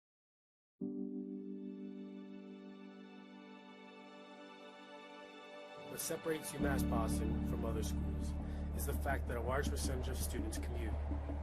For me, it takes 2 hours each day to go to and from school, but every second has been worth it because the students that come here are serious about learning, they value their education, and understand where it'll take them in the future. This is what UMass Boston means to me.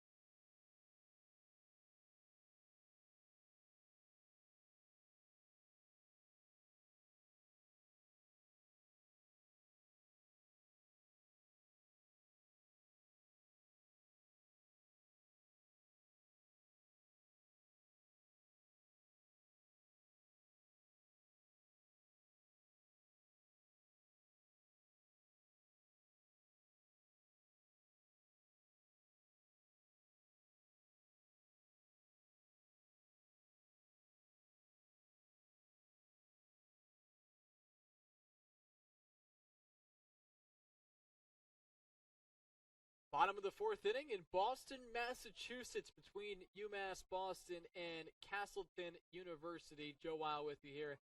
Thank you so much for joining us for today's broadcast, and thank you if you also joined us for Game 1 of this twin bill. UMass Boston won that one 9-8, and now on top 3-0, and we're in the bottom of the fourth. Jason Sullivan, the first batter, 9-1-2 up against the left-hander Zach Marlowe, as the first pitch is way outside, and that is what we've seen a lot of today from Marlowe. He has thrown 78 pitches, only 35 of which have been strikes, and he has walked 6. There have actually been 10 combined walks in this game between both pitching staffs. And not to mention that Castleton has also been hit by a pitch twice while at the plate.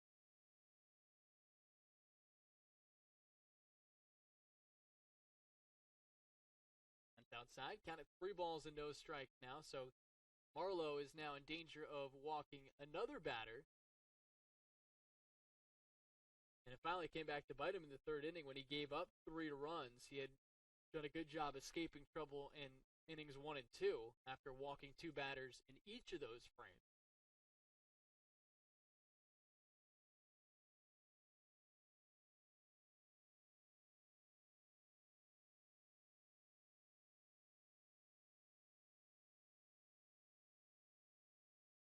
Three-one pitch elevated into right center field. Lawrence is under it, and he makes the catch for out number 1.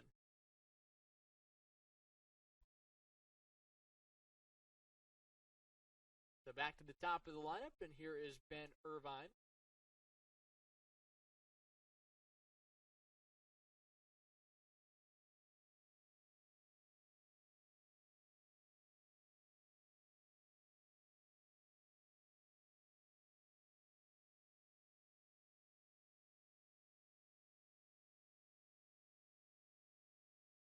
First pitch.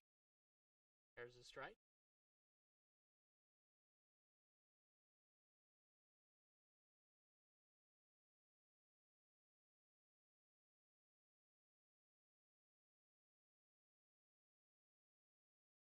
Oh, 1 yanked to first, backhanded there by Evan Keegan. He takes it to the bag himself, 2 away.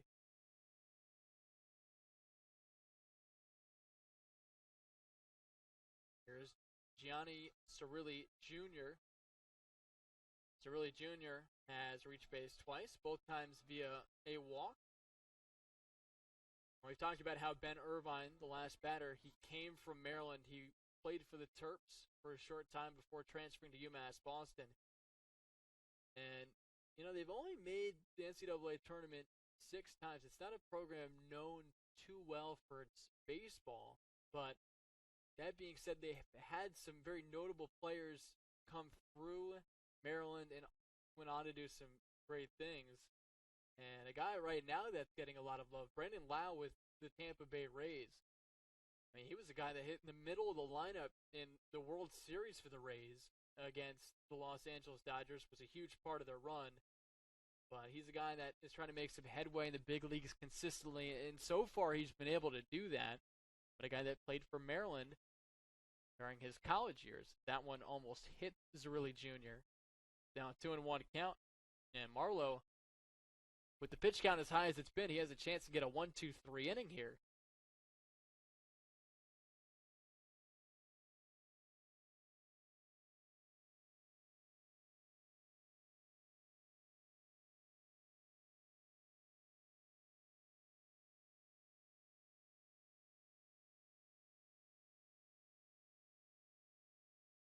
Two-one pitch, skied into right. McComas ranges toward the line and makes the catch for the final out, and that ends the inning. So it's a 1-2-3 frame for Zach Marlowe. We head to the fifth. UMass Boston still on top 3-0. Division III allows you to give yourself to other things. Having that free time allows me to pursue the things that I want to pursue. Division III athletics affords students the opportunity to, engage in the other interests in their campus and in their lives outside of that sport. It allows you to just be able to do everything you want to do. I wouldn't change it for the world.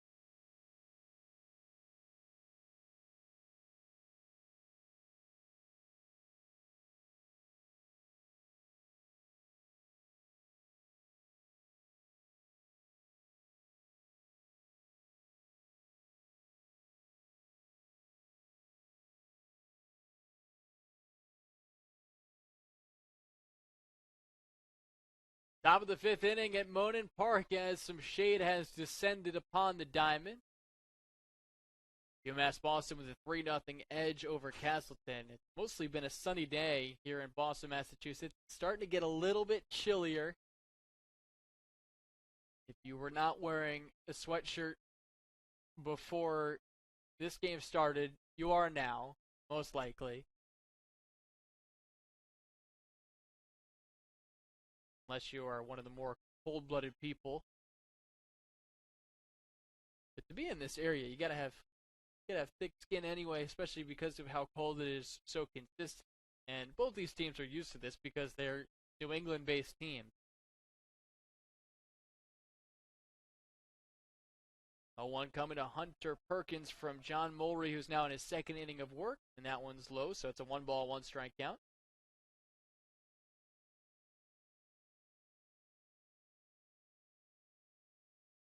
The 1-1 home is outside. It's now a 2-ball, 1-strike count. Been the story of the day for Castleton. They have left a lot of people on base. 5 so far in this game. And they left 11 men on base in game 1 of this doubleheader.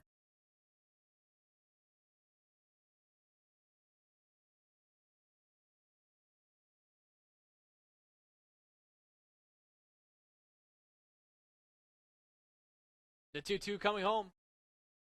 Just a bit inside. It's now a full count, 3-2.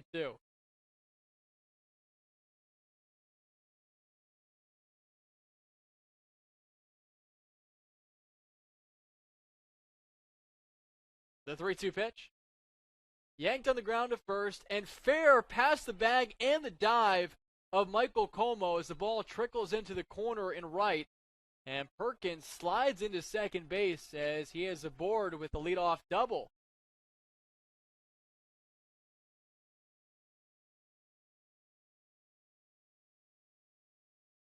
So that's only the second hit of the day in Game 2 of this doubleheader for Castleton.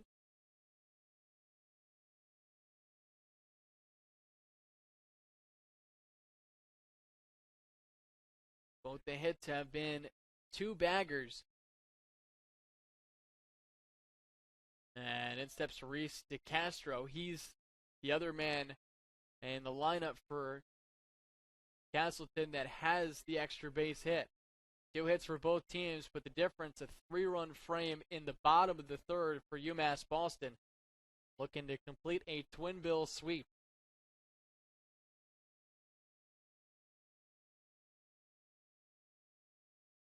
DeCastro showed bunt but pulled back.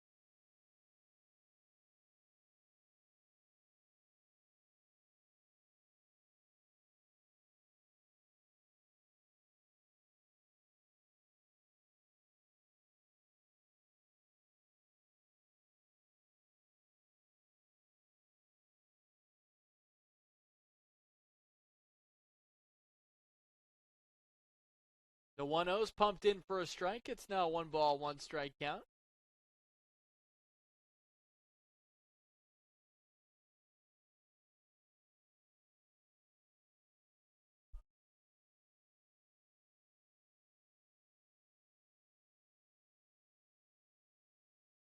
The 1-1 sliders outside, count it 2-1.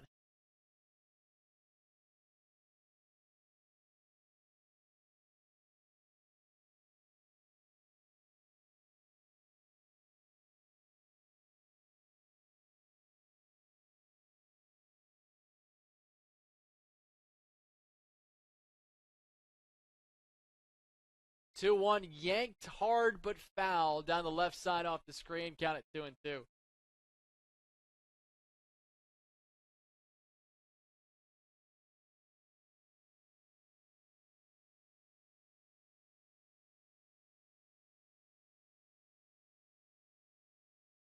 An opportunity for the Spartans to get back into this game. They've already stranded 5, but they have a runner at second with nobody out. 2-2. And the count is run full now to 3 balls and 2 strikes. Mulry, as we talked about in the 4th inning, he is a native of West Roxbury, Massachusetts, which is the home to some famous people, as you would expect. The co-founder of Airbnb, he's from West Roxbury, Massachusetts. 20-year mayor of the city of Boston, Kevin Hagen White.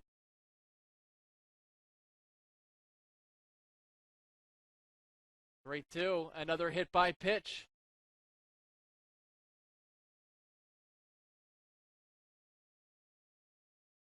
They'll make that 8 hit by pitches through 13 plus innings.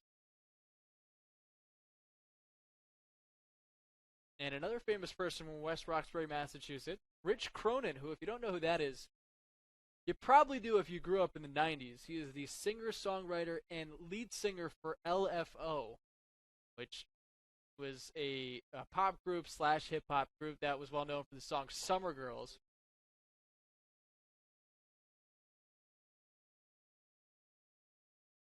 But native of West Roxbury, just like the man on the mound, John Mulry, who is now dealing with a first and second nobody out situation. 3-0 UMass Boston. Top 5. The pitch to Evan Keegan is high for ball 1. Only 2 home runs hit this season for Castleton, but Evan Keegan is responsible for one of them. At the very least, the Spartans will settle for a hit and a run in this situation with how many guys they've left on base. And it's now a 2 ball, no strike count.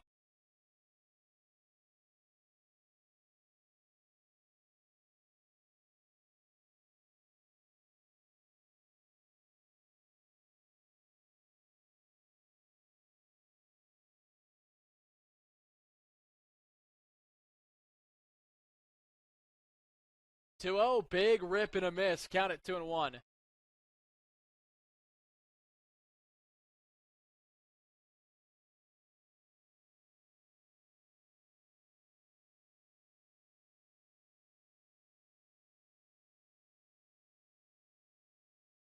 The 2-1. lined up the middle and through for a base hit, and Castleton will get on the board as Perkins comes in to score. DeCastro moves to second, and Evan Keegan is aboard with an RBI single to make it 3-1.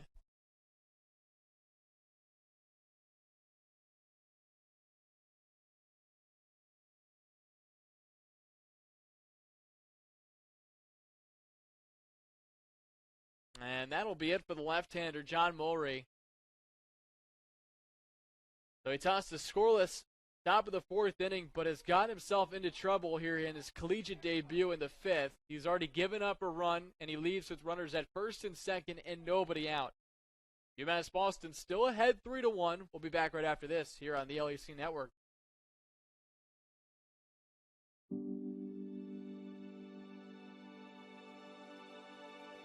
What separates UMass Boston from other schools is the fact that a large percentage of students commute. For me, it takes 2 hours each day to go to and from school, but every second has been worth it because the students that come here are serious about learning, they value their education, and understand where it'll take them in the future. This is what UMass Boston means to me.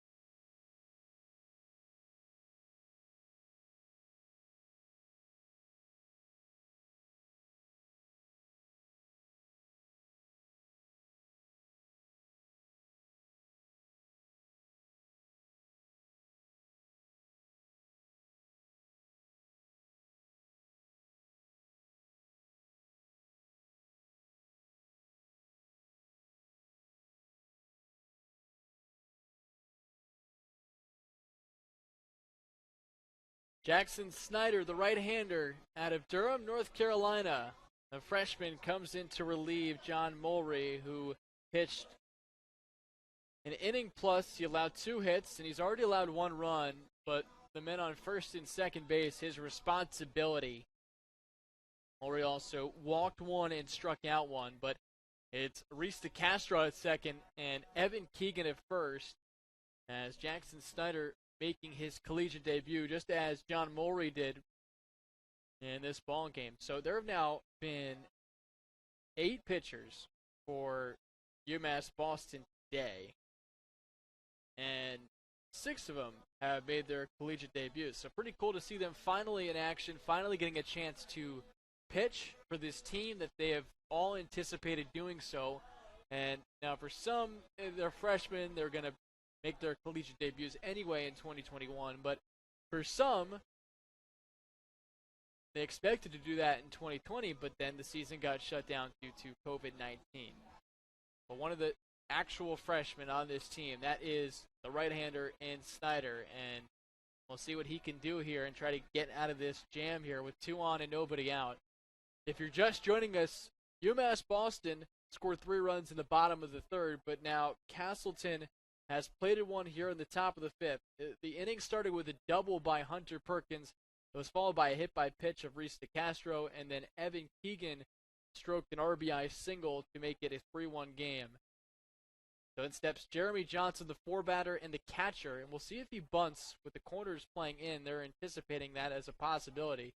He does square around, and he pops it up over us in the press box, and it's a 0-1 count.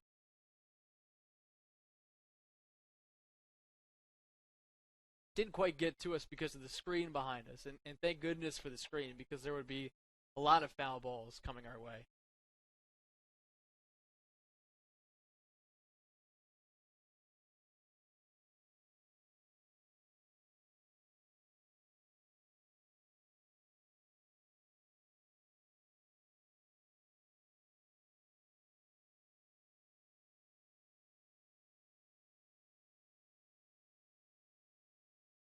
Johnson standing very close to the plate.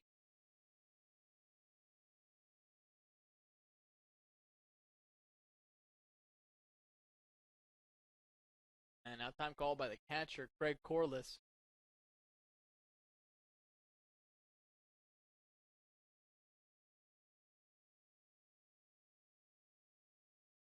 Pickoff attempt at second base, and they almost got to Castro.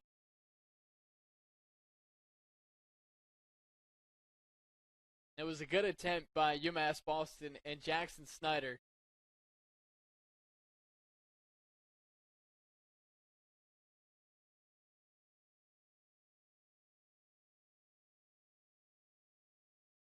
No one. Another bunt attempt. It's popped up in foul ground. So now it is a 0-2 count on Johnson, and it'll be interesting to see how Castleton goes about it now. Do they continue to try to allow him to bunt, or do they let him swing away? Because with another foul bunt, that's strike 3.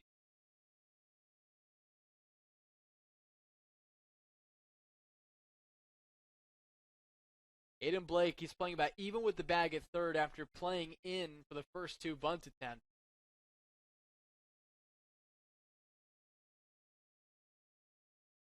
The 0-2. Johnson does show bunt. The ball gets away from Corliss, and DeCastro moves to third on the wild pitch. That was a good read by DeCastro at second base to see it get just enough away from the catcher Corliss to allow him to get to third. Keegan stays put at first base, so the bunt really doesn't make sense to employ anymore because you have a guy at third base now. Unless you try a safety squeeze or a suicide squeeze, but that's a risky play, again, with 2 strikes.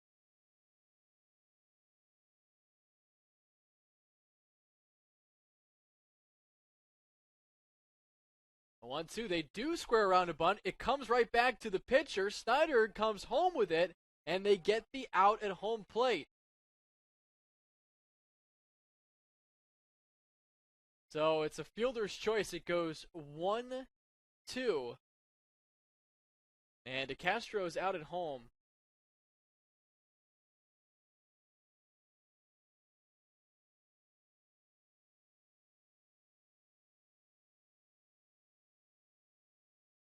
So Castleton tries to employ some small ball, but it backfires. Still only 1 out in the inning, but it was an opportunity to add on some more.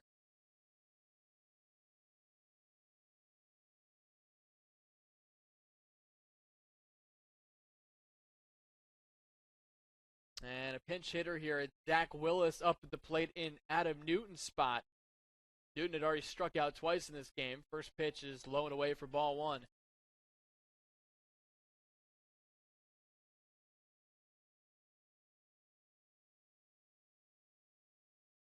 So as things are currently constructed, it would be Willis taking over the shortstop spot defensively. 1-0. Just a bit high from Snyder. It's now a 2-ball no strike count.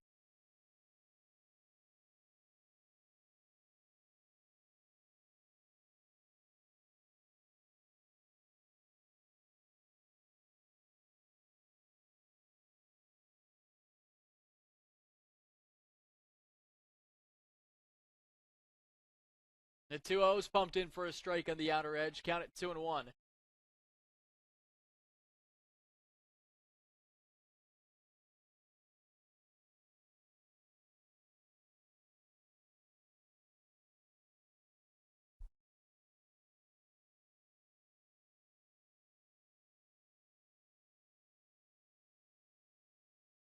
Two one, rip back, count it 2-2. So the North Carolina native and Jackson Snyder in his collegiate debut looking to get out of this 5th inning. He already has 1 out, and he showed some good composure on that bunt attempt right back to him, in that he was able to get off the mound and make the smart play and get the out at home.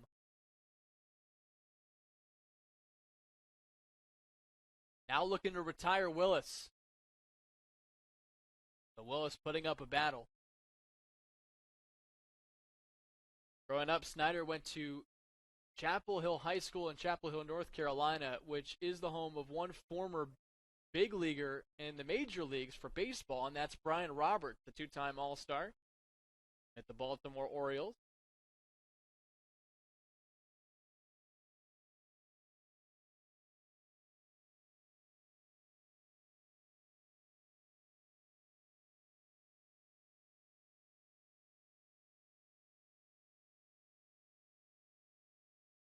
Another 2-2. Fouled back. We'll do it again.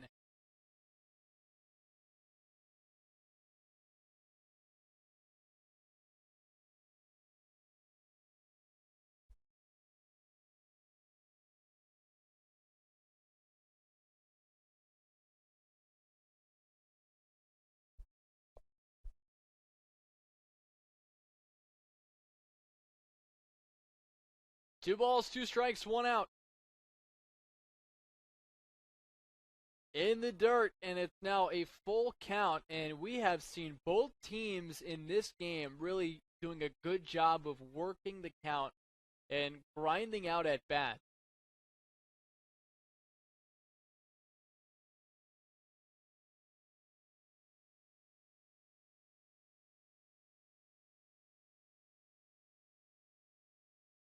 The 3-2. Outside ball 4, and the bases are loaded.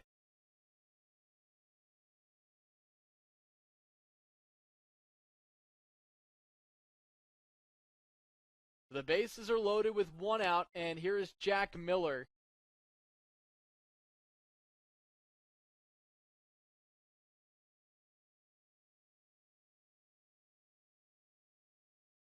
And Snyder's going to really have to dig deep to get out of this inning. It wasn't a favorable situation coming in with runners at first and second and nobody out. But now he has the bases loaded with one out. Miller has been hit by a pitch, and he's also flied out to left. First one comes home, and it's high for ball 1.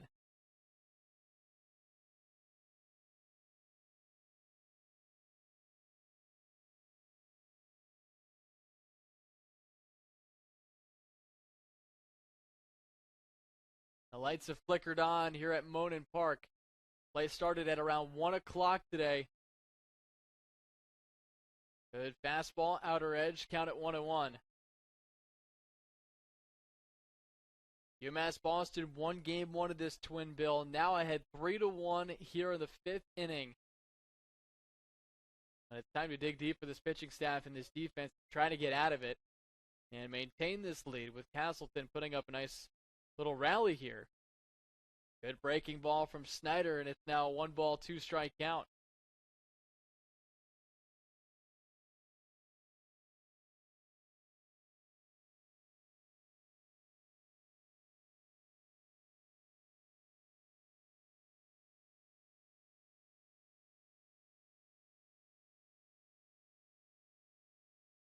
And time called. And it was actually the catcher, Craig Corliss, wanting to go over things again with Snyder on the mound. You have two veterans today behind home plate, and Corliss and also Heidi's trying to navigate through these two games with some pitchers that don't have a ton of experience.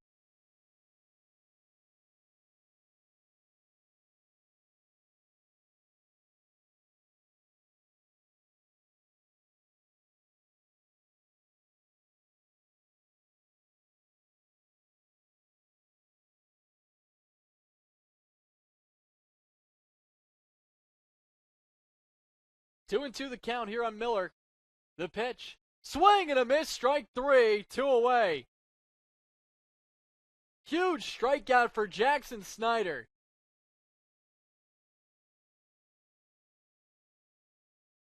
And now Johnny McCormick steps in. 0 for 1 today with a walk.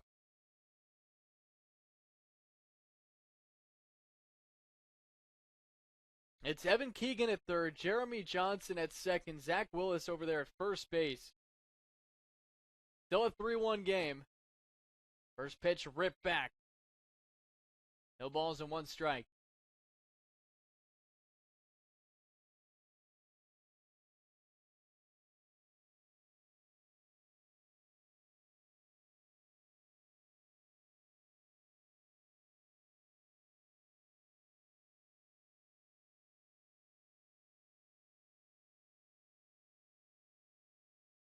The 0-1.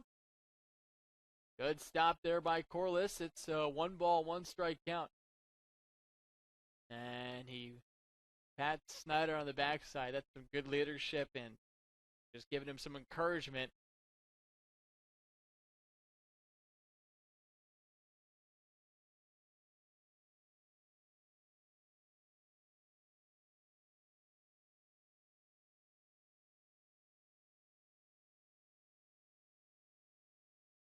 One, lined into right field, a base hit.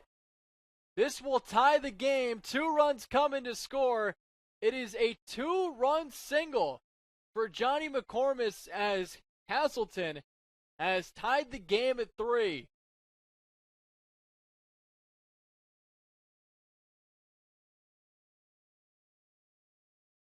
Keegan and Johnson cross home plate. Willis moves to third. And Castleton has put up a 3 spot here in the top of the 5th inning.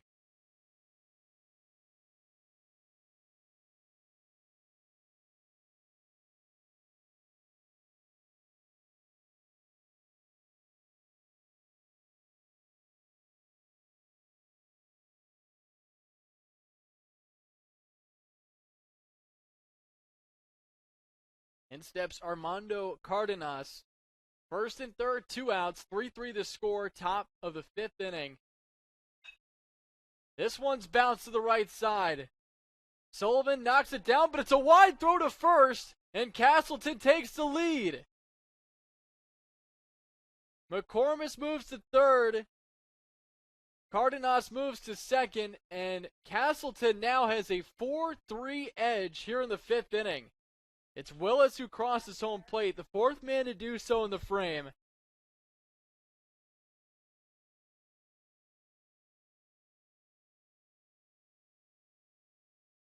Now, last play ruled an E4, and it's a tough one because Sullivan made a great stop to just knock that ball down, but he had a clear-cut opportunity to get the out at first base, and he just threw it wide of Como. The UMass Boston was 1 out away from getting out of this inning, still up by 2, but instead they're down by 1. And in steps Ryan Lawrence, the 9th batter in the inning, as he pops one up into shallow left, and it's the 3rd baseman Blake who makes the catch for the final out. But Castleton sends 9 men to the plate, and they score 4 runs, and it is now a 4-3 lead for the Spartans. We go to the bottom of the 5th next here on LEC Network.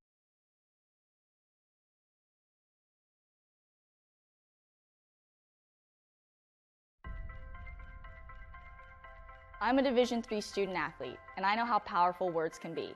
The term gay doesn't mean stupid, lame, or less than. So I pledge to speak up if I hear the term gay used in a derogatory way or any other homophobic terms. If you can play in Division III. I'm a Division III student athlete, and my teammates unconditionally accepted me as part of their family. So now I pledge to do the same for others. If you can play in Division III.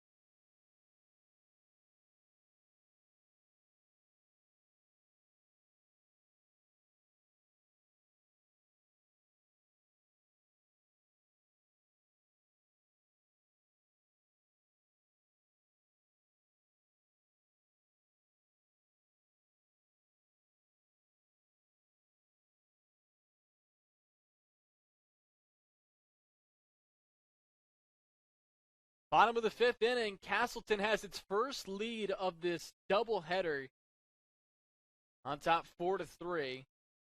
Curtis Tyrone, the first batter against the left-hander Jack Marlowe, has struggled with his command today, yet he did pitch a 1-2-3 bottom of the 4th, and now he's working with a lead.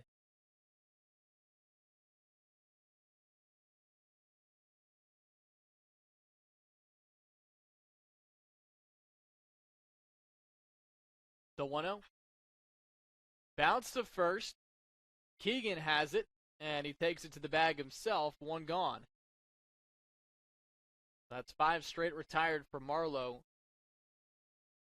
Marlowe walked 6 through the first 3 innings, but he's been able to find the zone now. And in steps Craig Corliss. He's 0 for 1 today with a walk. In game 2, had 3 hits in game 1.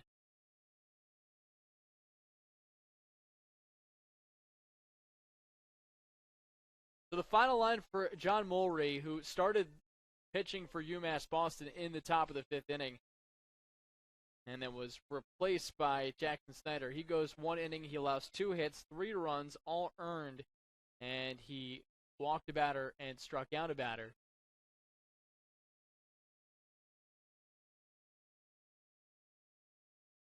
First pitch to Craig Corliss is upstairs for ball 1.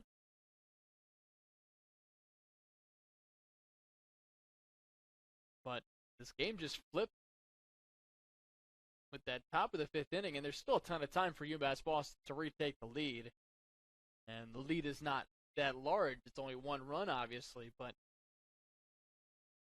it's been a swing of momentum for both teams.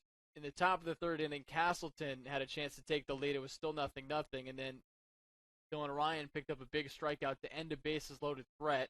UMass Boston comes back in the bottom of the 3rd inning with 3 runs of their own. They finally get to Zach Marlowe and convert his walks into runs. But Castleton in the top of the 5th inning with 4 runs on 3 hits. They were also aided by an error.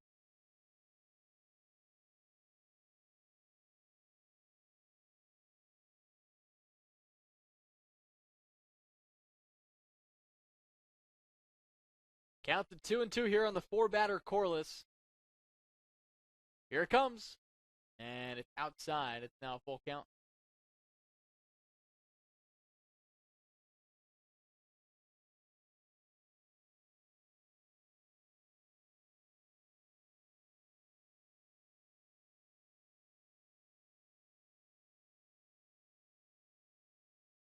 The payoff. Swing and a foul tip.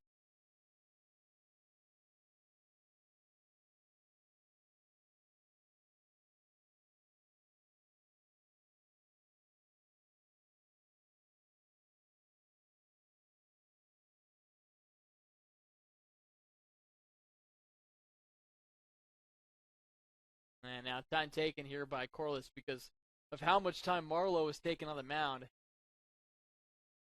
Marlowe's north of 90 pitches, but he has a chance to put himself in line for the win with a couple more outs. 3-2. Now back to the top of the screen.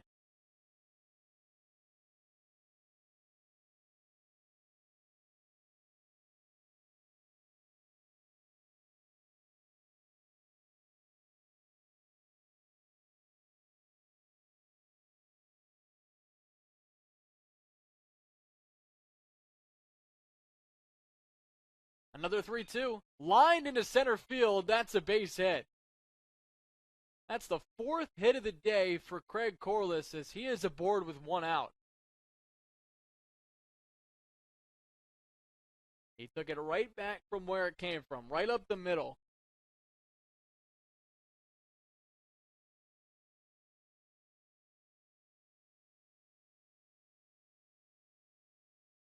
And steps Steve Brookwell. He is 1 for 2 today with a single. Singled and scored in the 3rd inning. First pitch. Time for ball 1.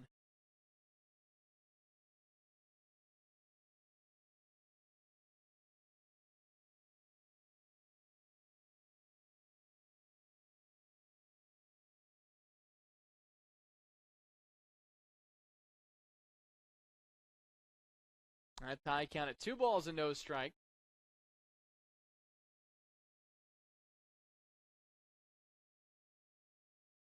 Brookwell drove home a run in the 3rd inning on that single and made it 2-0.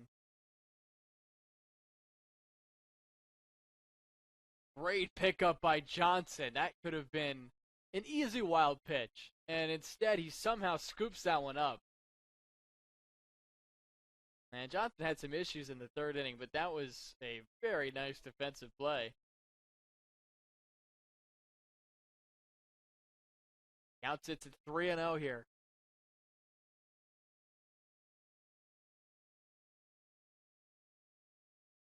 Here comes the pitch. It is a high strike.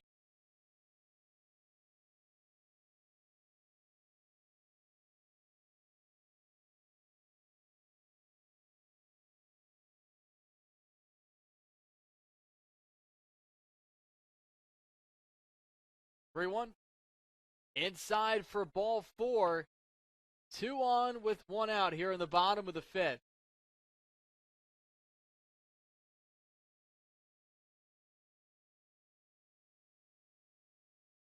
So in steps Aiden Blake after the walk and a single.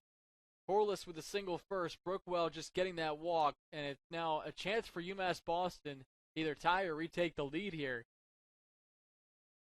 First pitch up and away, ball 1.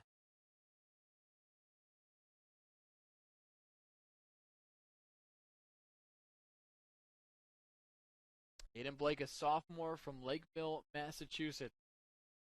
Up in a big spot in the 5th. Another one high.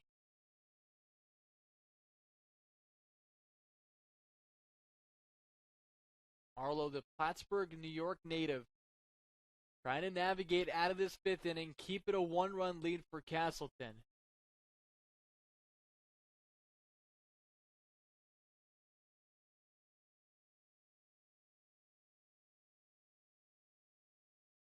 Two O's outside. It's now a 3-0 count.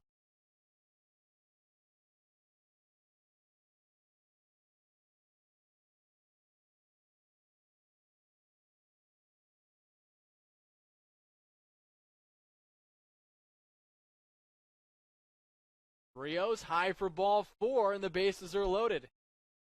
So that's 8 walks now for Marlowe. And Michael Como will now be the batter, and we'll see if they stick with the left-hander.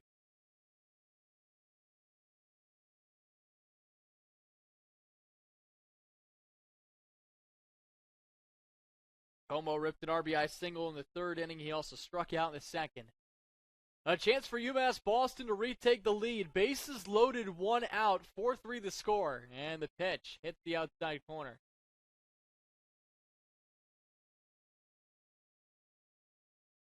The Andover, Massachusetts native up in a big spot.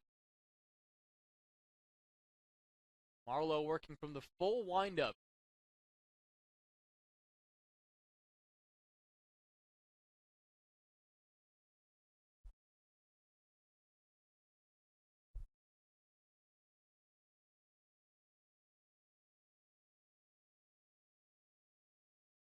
Here comes the 1-1. Yanked foul outside of first. And the count now is at 1-2. The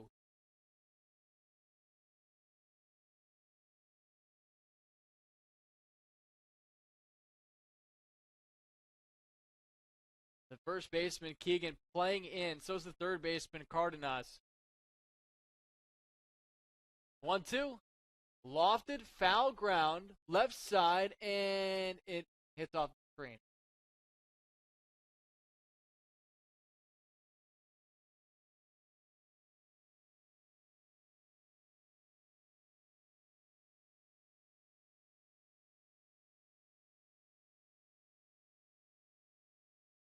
There's so much space out there in right field, and that's actually where Como hit his single back in the 3rd inning. If he hits it there again, it's likely a lead for UMass Boston. 1-2.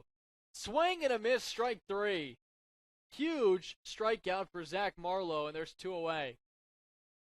If he can get out of this inning, I mean, it's a gritty outing considering how much he has struggled finding the zone. It's pretty hard a lot of times to get a win when you walk 8 batters, but he has a chance to do that right now. Thomas Q, the pinch hitter for Chris Duco. Bases loaded, 2 outs, 4-3 the score.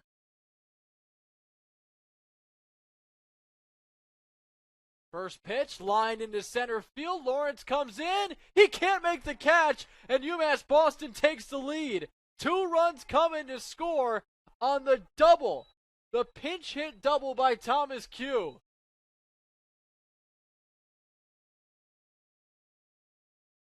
Corliss and Brookwell cross home plate. Blake moves to third, and a huge base hit to give the Beacons the edge once again.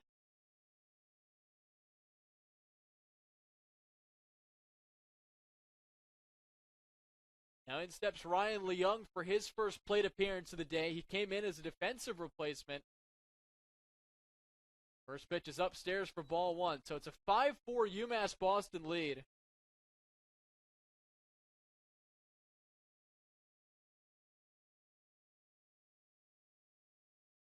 One ball, no strike. And it just misses in. It's now a 2-0 count.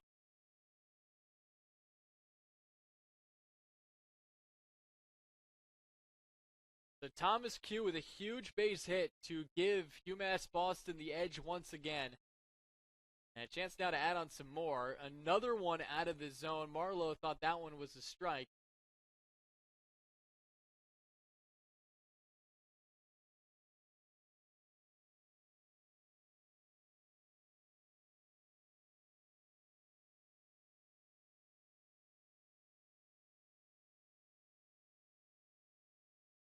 The 3-0.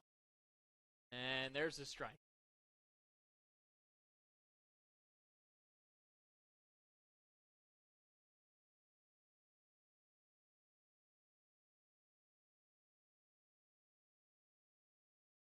Here comes the 3-1. A tie for ball 4. That's walk number 9.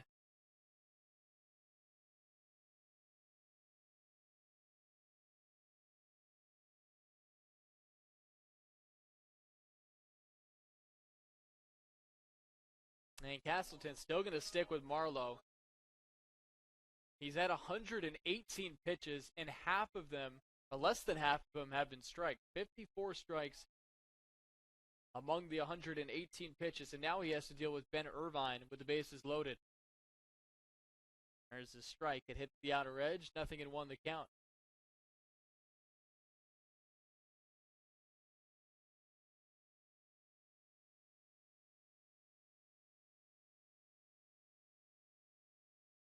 The 0-1. And a tie. Count at 1-1.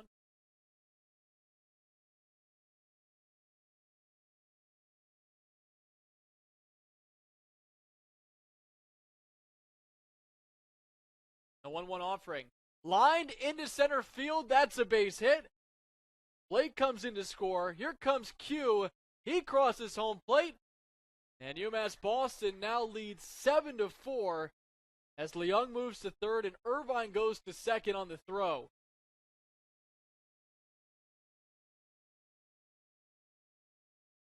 So a 4-run inning here for UMass Boston as they are really making Marlowe pay for his mistakes and his high pitch count.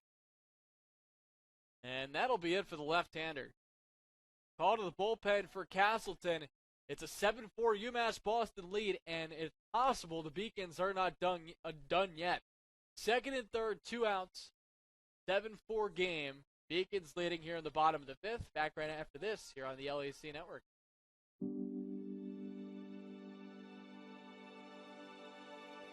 What separates UMass Boston from other schools is the fact that a large percentage of students commute. For me, it takes 2 hours each day to go to and from school, but every second has been worth it because the students that come here are serious about learning, they value their education, and understand where it'll take them in the future. This is what UMass Boston means to me.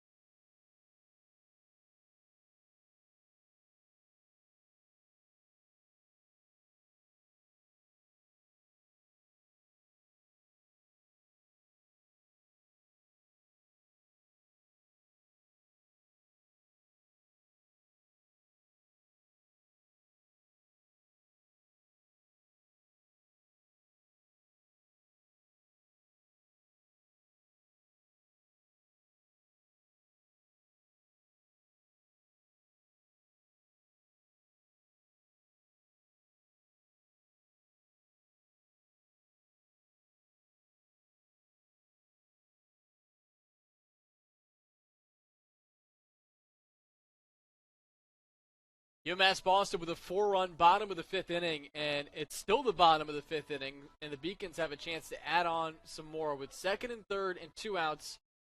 Zach Marlowe is now grabbing some pine as a new pitcher has come in for Castleton. It's the left-hander Matthew Dean, who enters with a 4.96 ERA.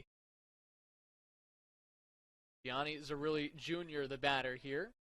And the first pitch is low for ball 1. So Zach Marlowe went 4 2/3 innings. He allowed 5 hits. He walked 9, and that was really the issue for him today. And he also struck out 5. He's currently given up 7 runs, but the runners on base his responsibility.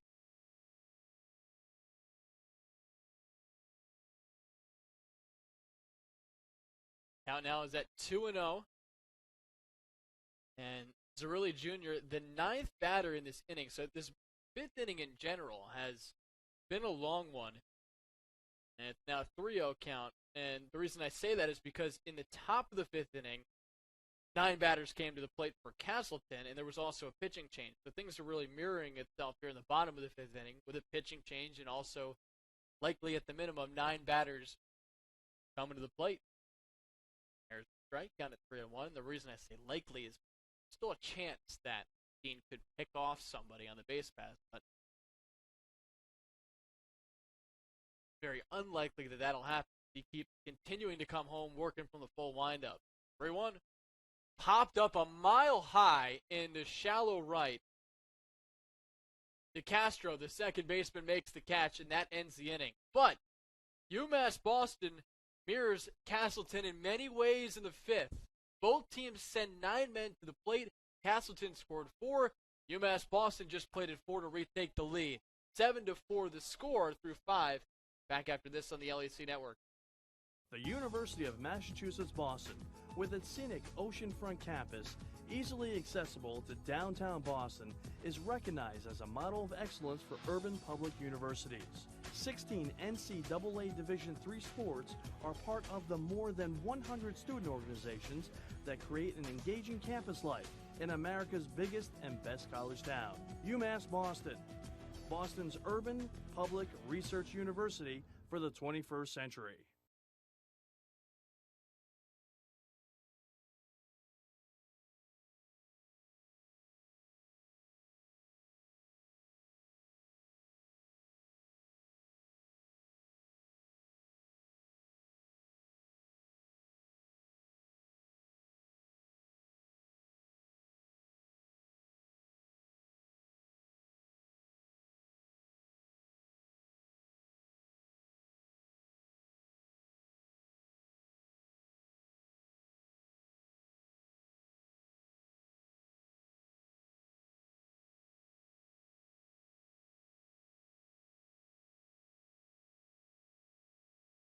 Top of the 6th inning in Boston, Massachusetts. New pitcher on the mound. It is Aiden McMillan making his collegiate debut. It's a 7-4 score. UMass Boston on top over Castleton University. McMillan stands in the mound at 6'2", 195, and he's from Massachusetts. A freshman on this team, among many freshmen on this UMass Boston club, and he replaces Jackson Snyder, who went an inning and allowed 1 hit, 1 unearned run, while walking 1 and striking out 1 in his collegiate debut. So McMillan's actually the 3rd pitcher in this game, the 3rd consecutive pitcher to make their first outing in the collegiate rank.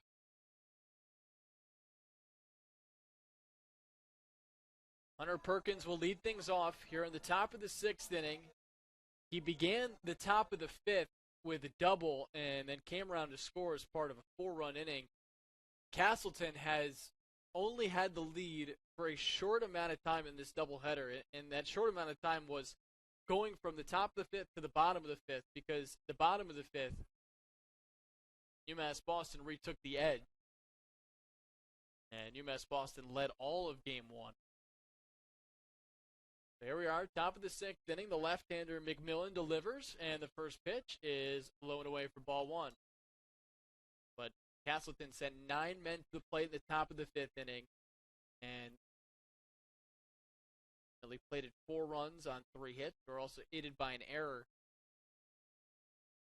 strike. Meanwhile, Thomas Q, after hitting a pinch hit 2-run double, he's now playing in left field. He took over the spot of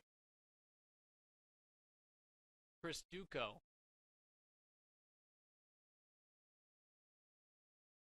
Up and in. That almost hit Hunter Perkins. We've already seen 3 hit by pitches in this game. 5 in game 1.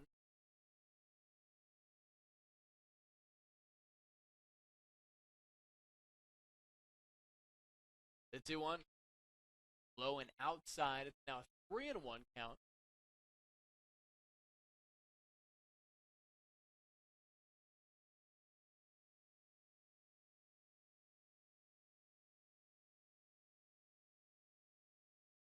(3-1).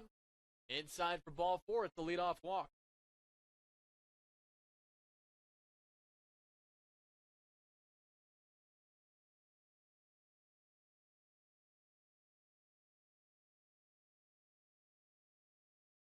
That's now 15 combined walks between these two teams. Zach Marlowe, the starter for Castleton, he issued 9 over 4 2/3 innings. Here's Reese DeCastro, who's 1 for 2 today with a double. Pitch comes home. He squares around a bunt, lays it down right in front of McMillan, who throws to first in time, so the sacrifice is successful. 1-3. And there's one gone as Perkins moves to second. And as we've seen so far today, this is how Castleton goes about it offensively. They manufacture runs with not a lot of power.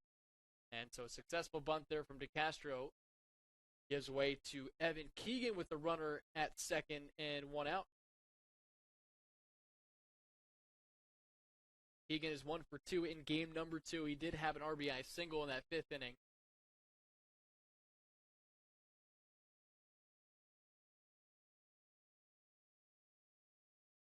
Dillon Ryan got the start for UMass Boston. He struck out 6 over 3 innings. Sun has about set here in Boston. Close to it. The lights starting to flicker on even more here at Monin Park. There's the strike. And it may have been a case there of Corliss and McMillan getting crossed up a little bit, or just talking things over about how to go after the bat.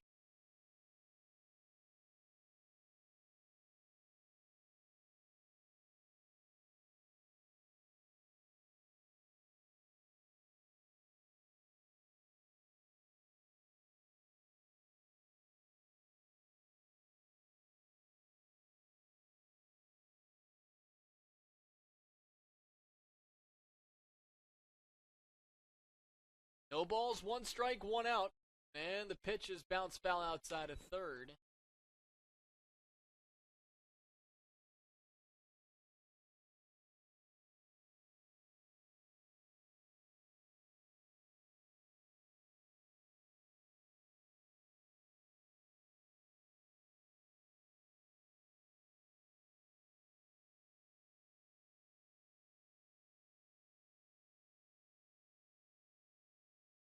The set from McMillan, 0-2, up and away, count at 1-2. 7-4 UMass Boston leading top of the 6th inning.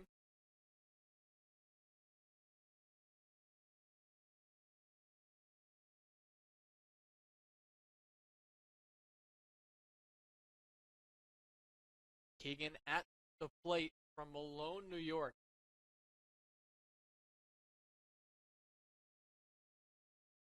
One-two. Low and away, count at 2-2. Most famous athletic alumnus from Malone, New York is Tom Browning, well known for pitching for the Cincinnati Reds, and he pitched the 12th perfect game in baseball history on September 16th, 1988.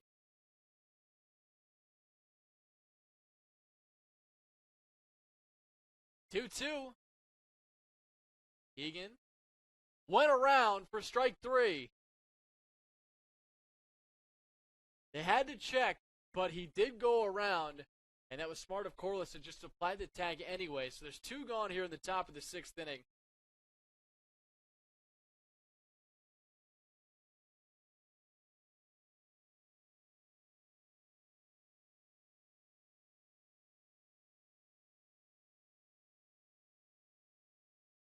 In steps Jeremy Johnson. First pitch high for ball one.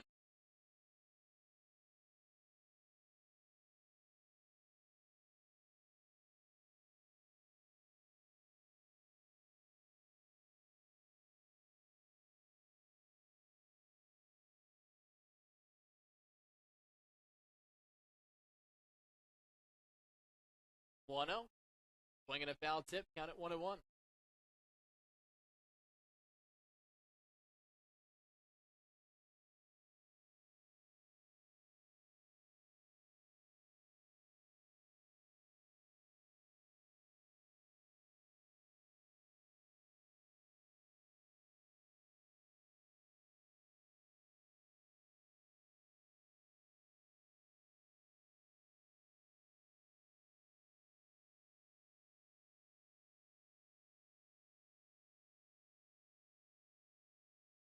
Fourth pitcher of the game for UMass Boston, Adam McMillan, looking to get out of this sixth inning without giving up a run.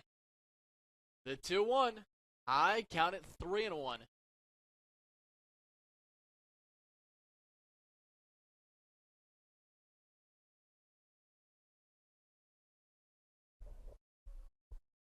Three balls, one strike, 2 outs.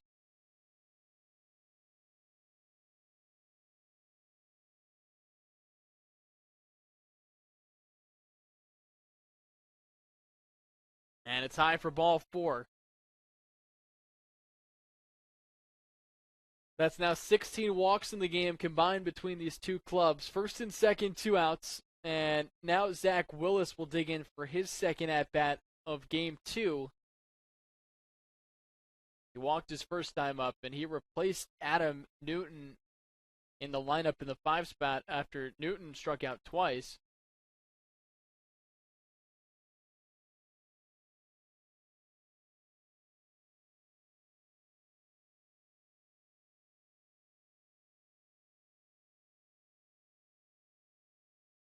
First pitch, looping breaking ball high for ball 1.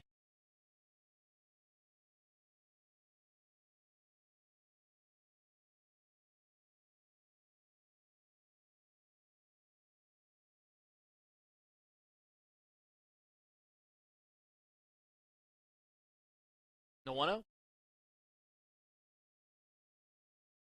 And McMillan misses the plate count at 2-0. And you can sense the frustration a little bit because he's missed a couple times in this at-bat, but he also has issued 2 walks. And it seems to be a theme for this game, obviously, that the walks are playing a huge part of it, but you wonder what the reason is for both these teams sort of struggling command-wise.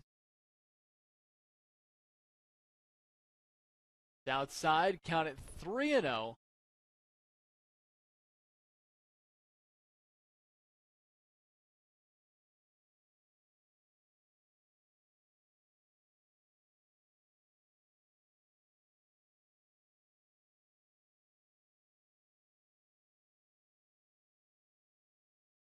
The 3-0. There's one over the outer edge. Count it 3-1.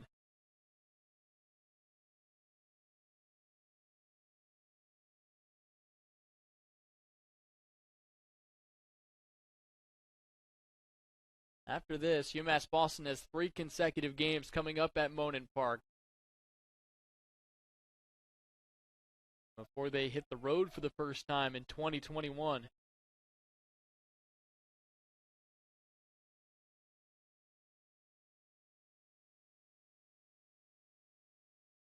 McMillan has worked the count from 3-0 to 3-2.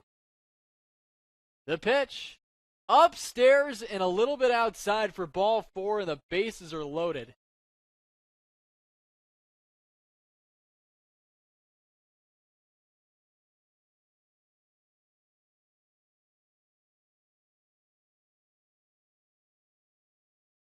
Then now it's Jack Miller up at the plate. Bases loaded, 2 outs. And it's the 7-4 UMass Boston lead.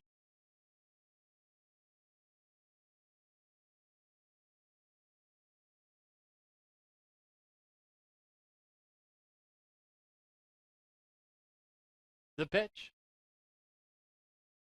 And time for ball one.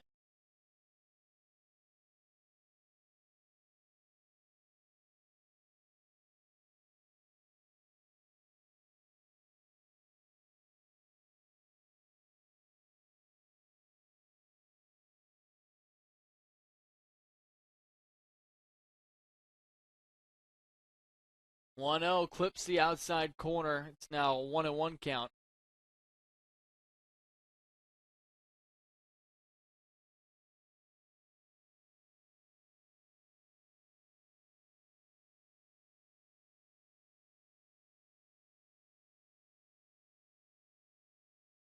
One. Breaking ball strike outside corner. Count it 1-2. So this collegiate debut for Aiden McMillan, it hasn't been easy so far with 3 walks here in the top of the 6th inning. 1 strike away from getting out of it and having Castleton strand several base runners on the path yet again. 1-2. Swing and a miss, strike 3. So Aiden McMillan escapes trouble and keeps it a 7-4 game. We go to the bottom of the 6th next. You're watching us on the LEC Network.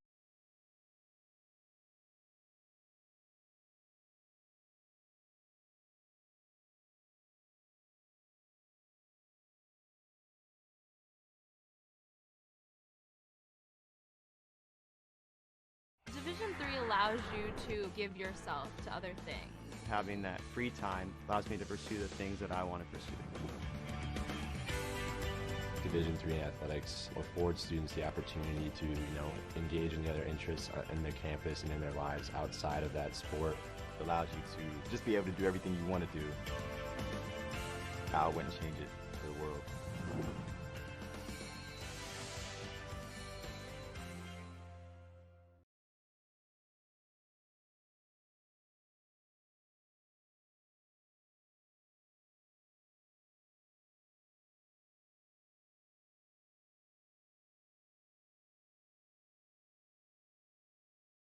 Bottom of the 6th inning from Monin Park, and UMass Boston has a 7-4 lead, and it has stayed a 7-4 lead thanks to a big strikeout from Aiden McMillan to end the top of the 6th inning. It was bases loaded, 2 outs, Jack Miller at the plate, and the freshman was able to get a huge K to end the frame and end the jam. It was one he created with 3 walks, but it was his collegiate debut, and obviously the nerves have to be going, and the fact that you can work back from that and still toss a scoreless inning says a lot about McMillan and his makeup and his ability to buckle down and ultimately get out of that inning. So it's Matthew Dean back on the hill for Castleton. He relieves Zach Marlowe, who went 4 2/3 innings, allowed 5 hits, 7 runs, and he walked 9.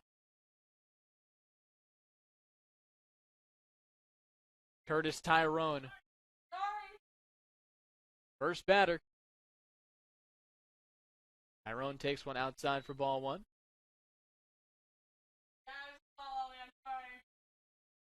Tyrone 0 for 2 with a walk.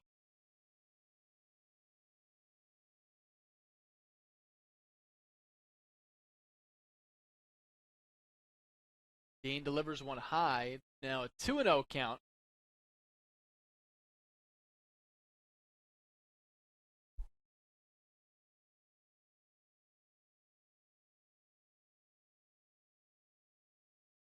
Pitch outside, count at 3-0. Dean's from Ontario. Stands on the mound at 6 foot, 245.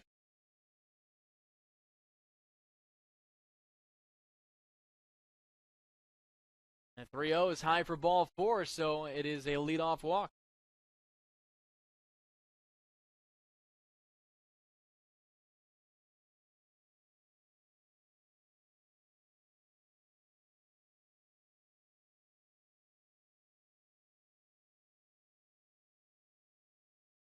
Greg Corliss digs in right-handed side.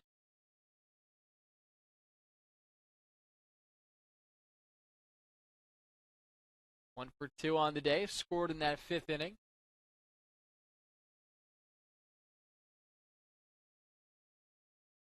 First one comes home, a tie for ball one.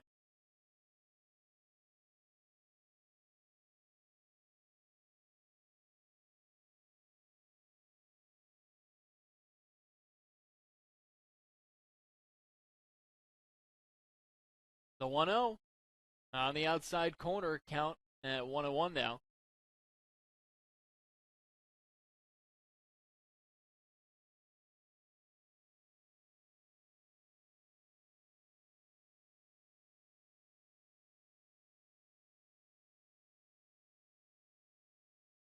One is a looping breaking ball high. It's now a 2-ball, 1-strike count.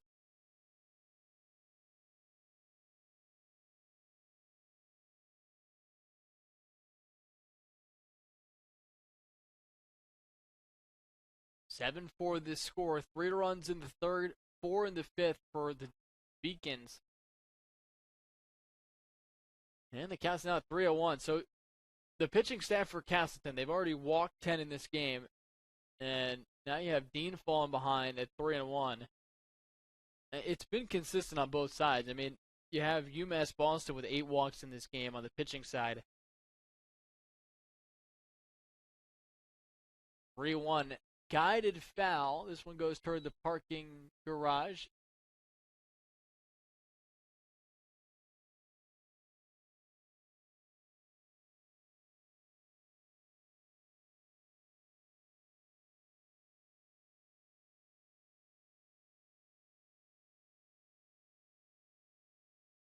Full count, nobody out. Here it comes, and it's another hit for Craig Corliss. That's hit number 5 on the day, and the Beacons have 2 on with nobody out.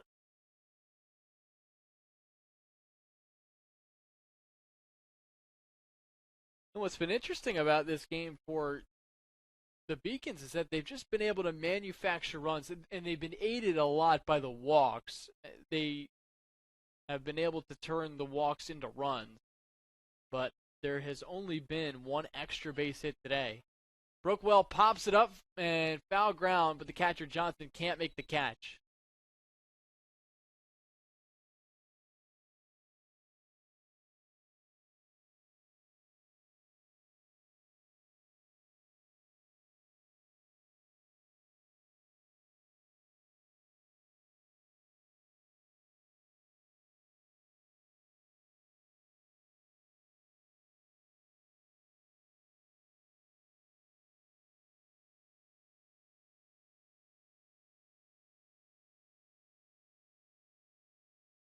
Brookwell squares around again, takes one low, and it's now a 1-1 count.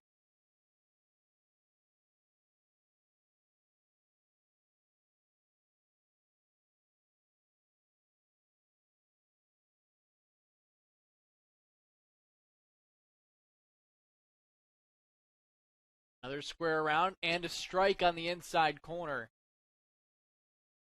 No, the count now is at 1-2. And we'll see if Brookwell gets another bunt sign and will still square around.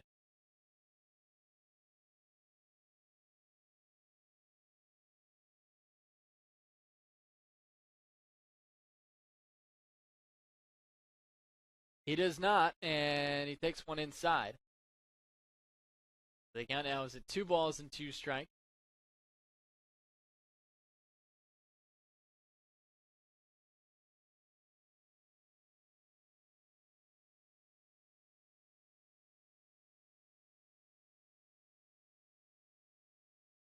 The 2-2. In there for strike 3. First strikeout from Matthew Dean, and a big one here in the bottom of the 6th inning.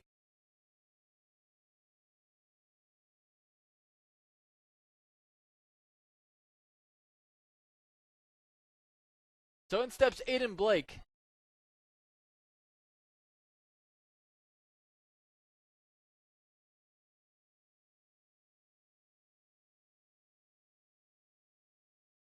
A Lakeville, Massachusetts native will await a first pitch here from Matthew Dean as Dean takes a look at second base. Tyrone dancing off the bag a little bit, but he gets back.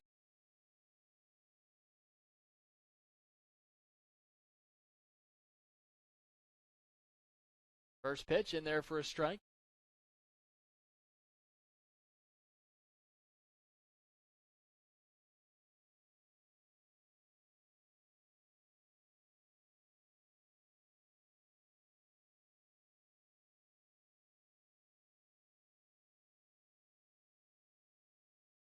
The 0-1.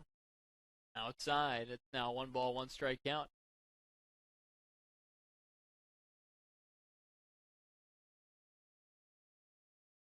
Just to give you a look at the schedule for UMass Boston coming up. They have a couple games left in terms of this opening slate at Monin Park as Blake whiffs at that one. Count it 1-2. Game coming up Tuesday against Rhode Island College, and then a twin bill coming up against Plymouth State, but then they hit the road for a game at the University of Southern Maine, then 2 at Western Connecticut State before coming back home to face UMass Dartmouth. There's a strike 3 call, the inside corner, so Dean with back-to-back strikeouts, both of which coming looking. And there are 2 gone here in the bottom of the 6th, and Michael Como will now step to the plate.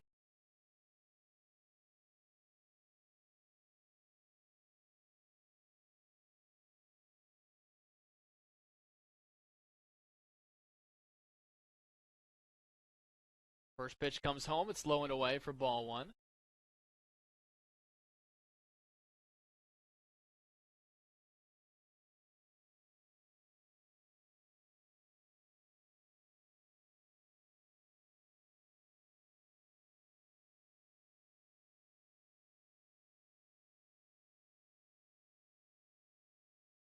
The 1-0 pitch. Outside. Count it 2-0.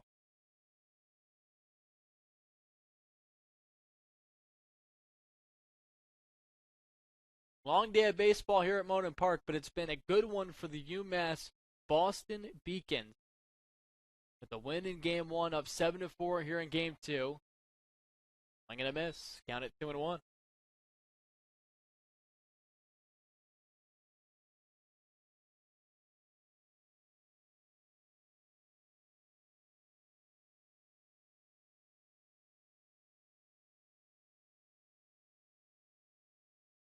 That one's way high, count it 3-1, but it's just so good to see this team that has had so much success over the years finally get a chance to play.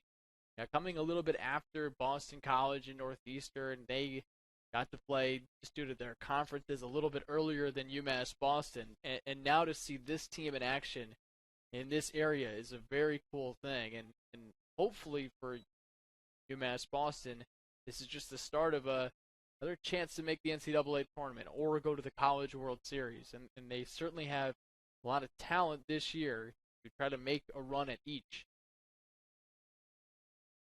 3 balls, 2 strikes, 2 outs. Runners will go on the pitch. And it's low for ball 4.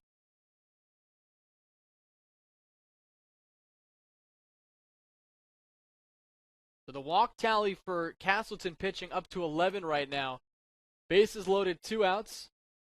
And here's Thomas Q, who delivered the biggest blow of the game. It was a 2-run double that ultimately gave UMass Boston the lead.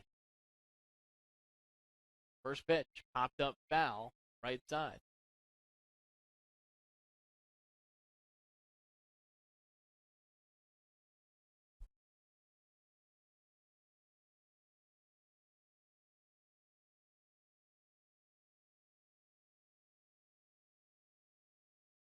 The 0-1. Upstairs.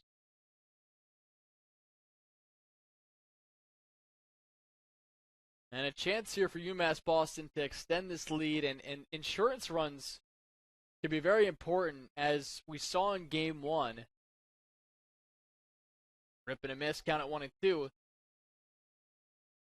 And UMass Boston didn't know it at the time, but their 4-run 5th inning in Game 1 was going to loom very large, as Castleton scored 5 runs over their last 2 innings, and it was still not enough, as UMass Boston won by a score of 9-8.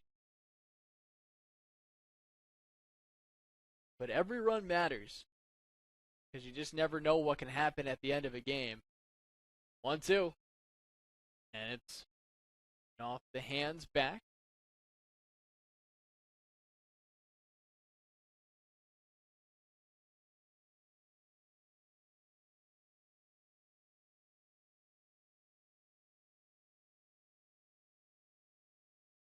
Another 1-2. Swing and a miss, strike three. So Matthew Dean works out of trouble. And UMass Boston strands three. We go to the seventh. 7-4 game. UMass Boston on top. Watching us on the LEC Network.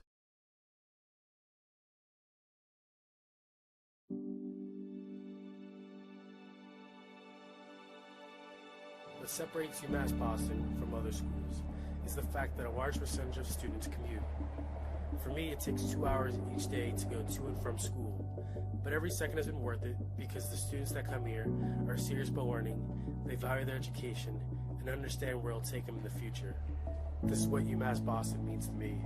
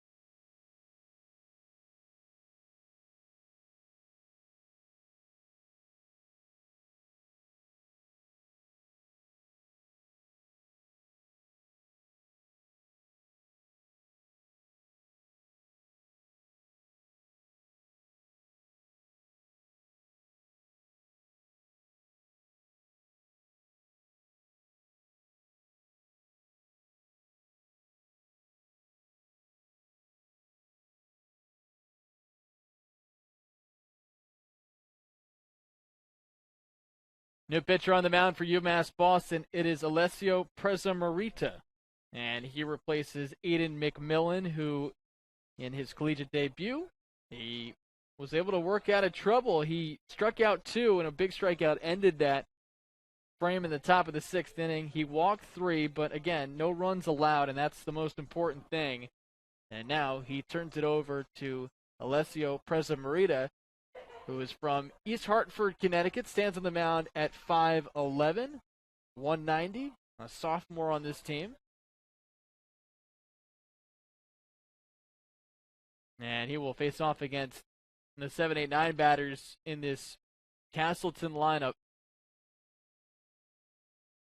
And the Beacons 9 outs away from securing a twin bill sweep and improving to 2-1 in the season.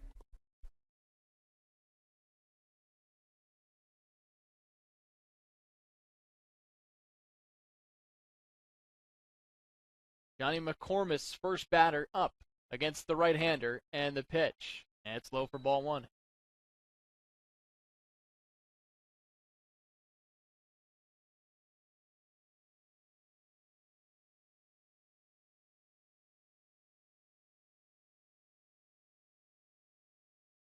Swing and a miss. Good fastball from the right-hander, and it's now a 1-1 count.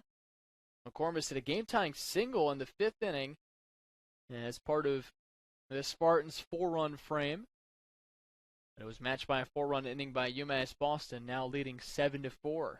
And that one hits McCormick. And that's the fourth hit batter of the game.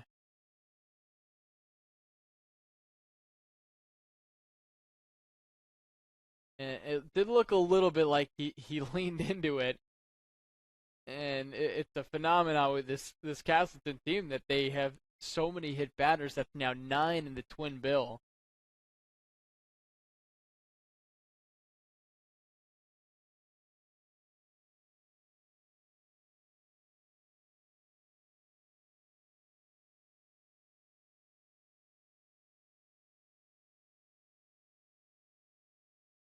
Throw to first. And they get back in safely.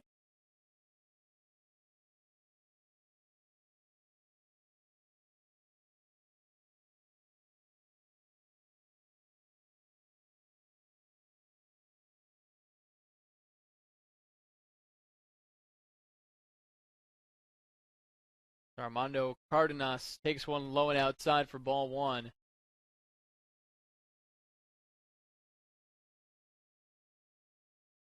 McCormick with a decent lead over there at first base. Middle infielders now at double play depth. And that one's taken high, and it's now a 2-0 count.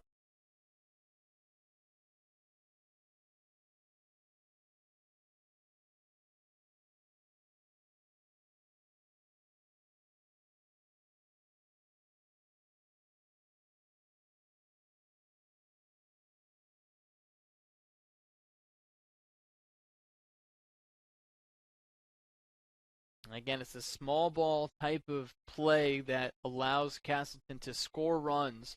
A lot of hit by pitches. They had 25 entering the game, now at 34 on the season.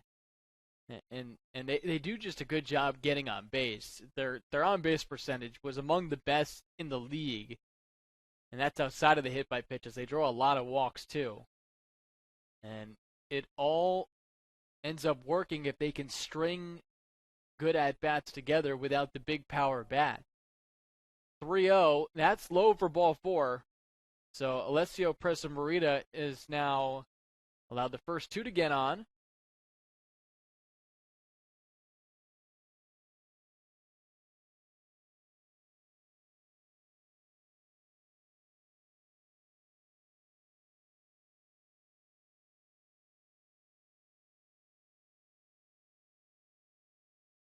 Quick mound visit here.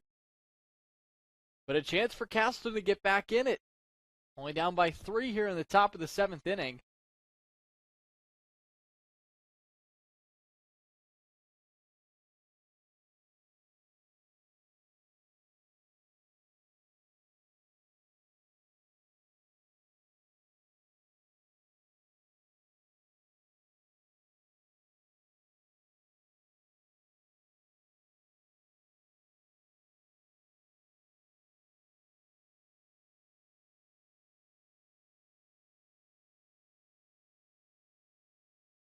So the 9-batter, Ryan Lawrence, up at the plate. 2 on, nobody out.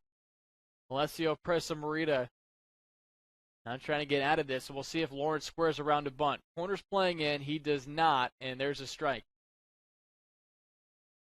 You're down by 3 runs, and Lawrence, despite batting 9th in the lineup, he had a big game in game 1 of this doubleheader with 5 RBIs.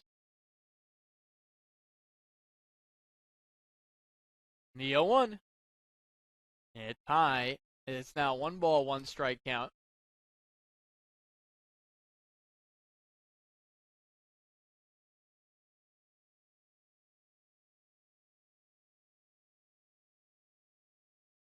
McCormick at second, Cardenas at first. Corner still in. On the outside corner for a strike, count at 1-2.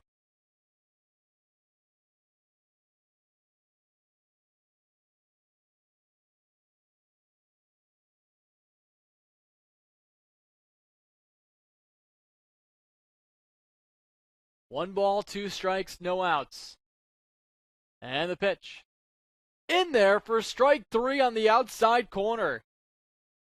A good fastball from the right-hander. Gets the 9-batter Lawrence, and there's 1 gone here in the top of the 7th inning.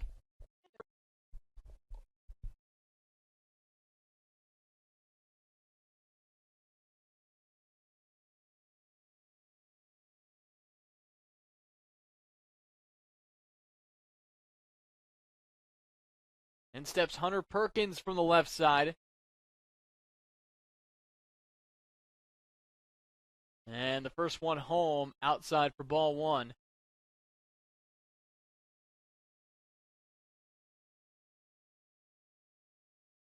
So Presamarita, he's the 5th pitcher in the game for UMass Boston. We saw 5 pitchers in game 1, too.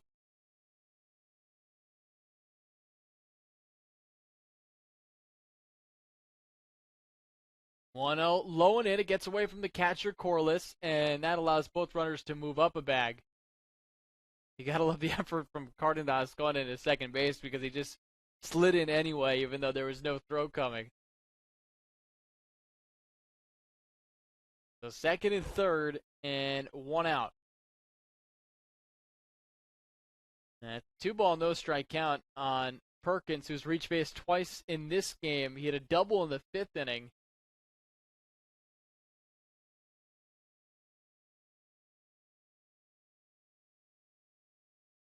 (2-0) ripped into right center field. This one's going to get down for extra bases. McCormick comes in to score. Cardenas right behind him, and sliding into second base with a 2-run double is Hunter Perkins. And it is now a 7-6 game here in the top of the 7th inning.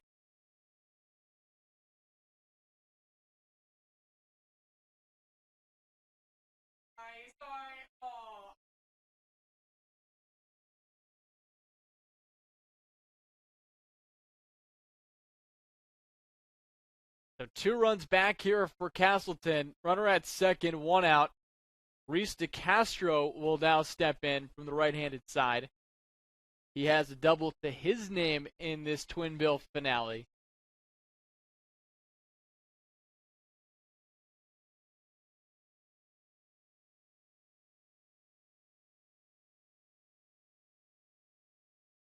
Right-hander against right-hander. The pitch is outside for ball 1.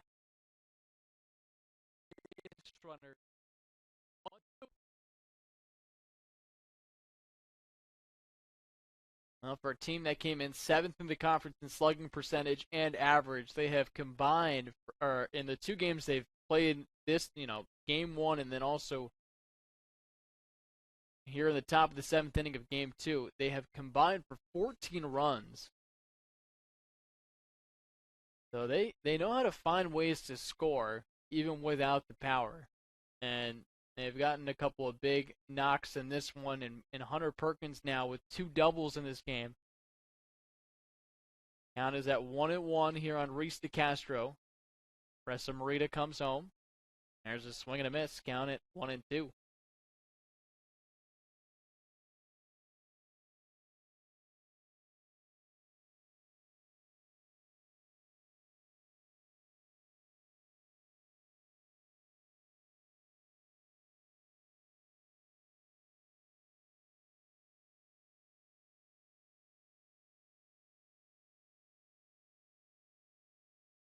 The 1-2. Low and away. It's now a 2-ball, 2-strike count.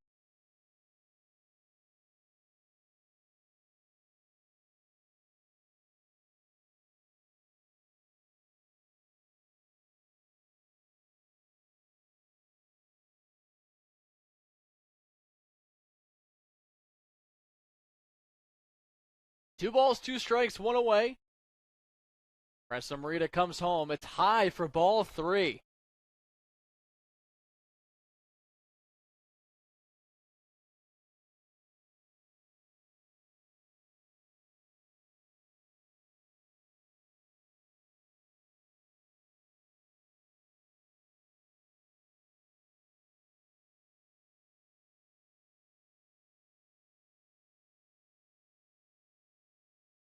The set from the right-hander, the 3-2. Swing and a miss, strike 3, 2 gone. And Corliss behind home plate pumped up to see what his right-hander just did there.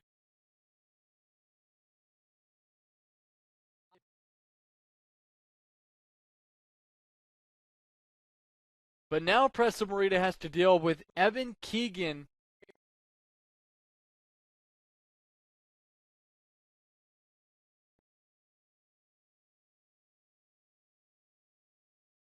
First pitch.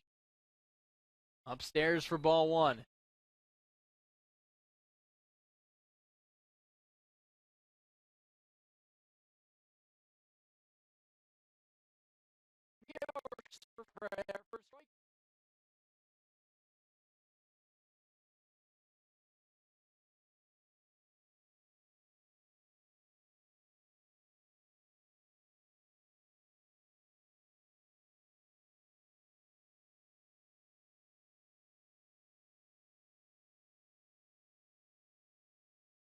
One 0 pumped in for a strike. Count at 1-1.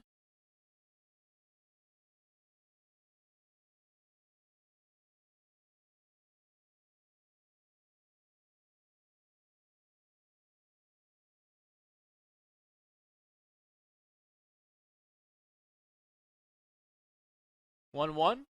Golfed into right. Brookwell, ranging toward the line, makes the catch, and that ends the inning.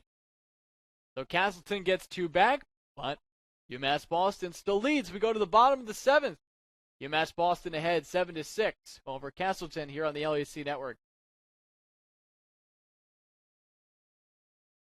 The University of Massachusetts Boston, with its scenic oceanfront campus, easily accessible to downtown Boston, is recognized as a model of excellence for urban public universities. 16 NCAA Division III sports are part of the more than 100 student organizations that create an engaging campus life in America's biggest and best college town. UMass Boston, Boston's urban public research university for the 21st century.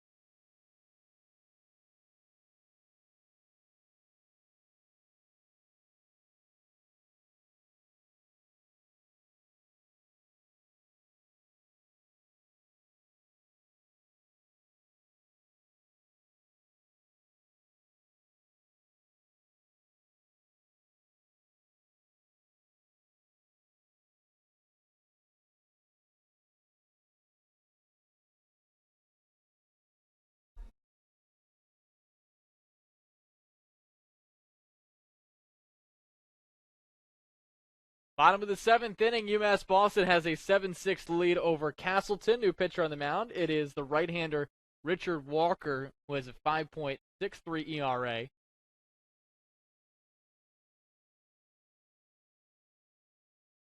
Ryan Leung, the batter, here to begin things here in the bottom of the 7th inning.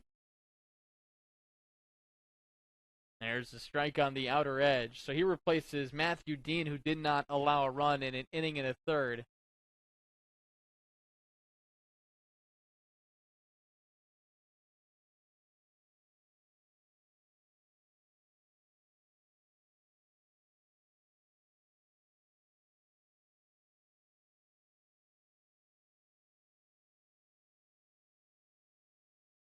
You know, 1 outside, count it 1-1.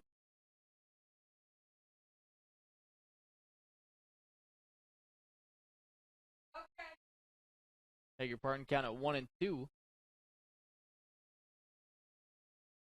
9-1-2 up in the lineup here for UMass Boston, and a swing and a miss there, so Leung goes down. One gone. Back to the top of the lineup, and in steps Ben Irvine.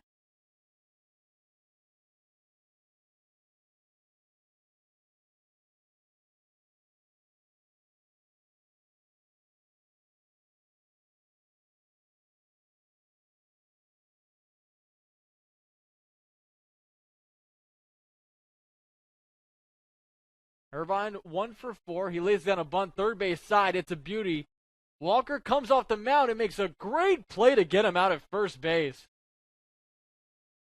It was good execution by Ben Irvine. It just was a great play, though, by Walker to get the out. So 2 gone here in the bottom of the 7th, and here's Gianni Zerilli Jr.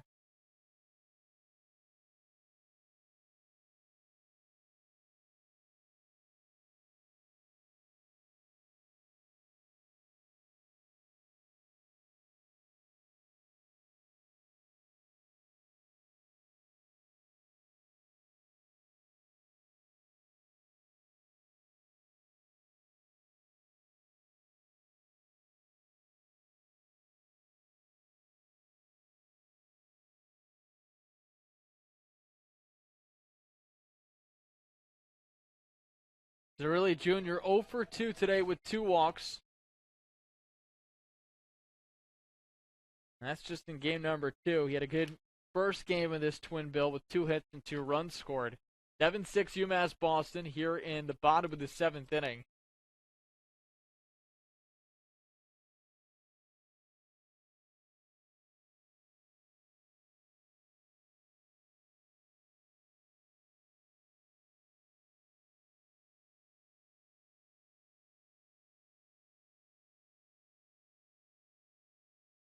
One-0, bounce up the middle. Great play by the shortstop Willis. He gets on his feet, throws to first in time for the final out.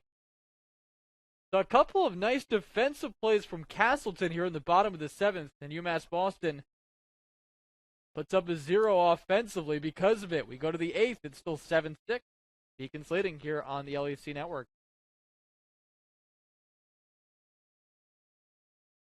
Division III allows you to give yourself to other things.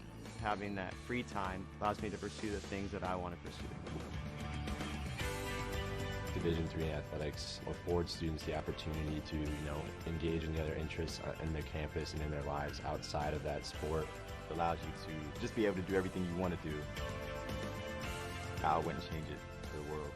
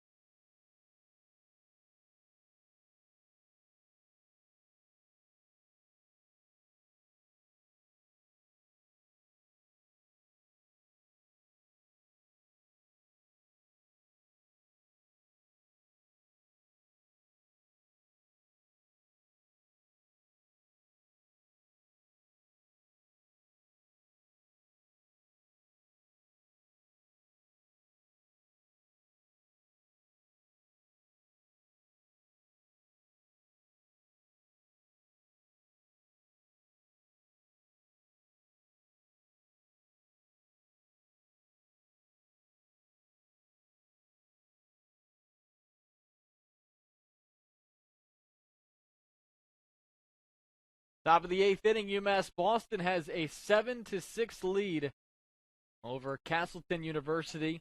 Jeremy Johnson up against the right-hander Richard against Alicio Presamarita. And first pitch is a strike. Count it 0-1. 4, 5, and 6 up. After Johnson, 2 up is Zach Willis and then Jack Miller. Swing and a miss.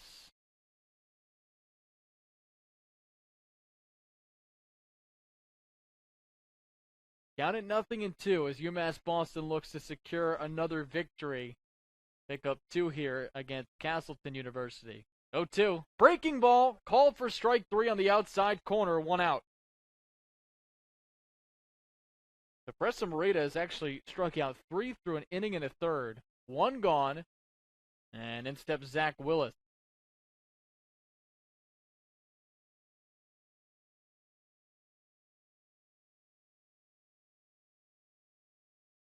First offering. And it's high for ball one.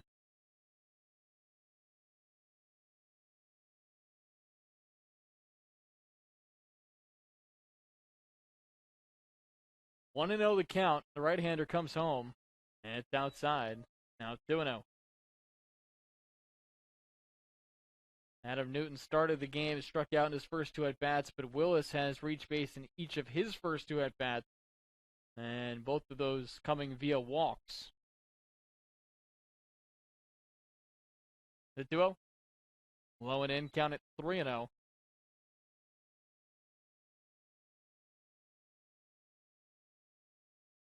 That's been the story of this game. Walks for both teams, but UMass Boston still with a one-run edge. 9 walks issued by UMass Boston. Castleton has issued 11. And make that 10 walks now for the Beacon.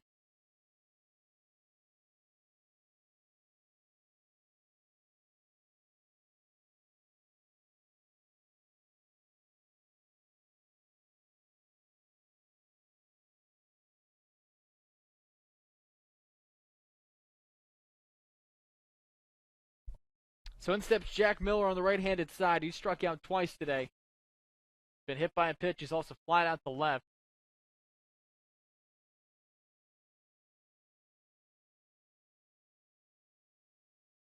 What started as a sunny day has now turned into a near pitch black sky.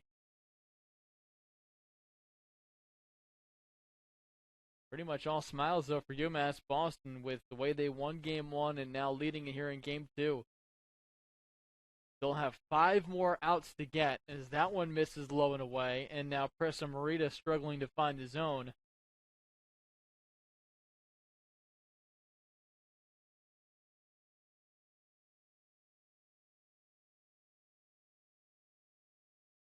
Throw to first. Willis gets back in there.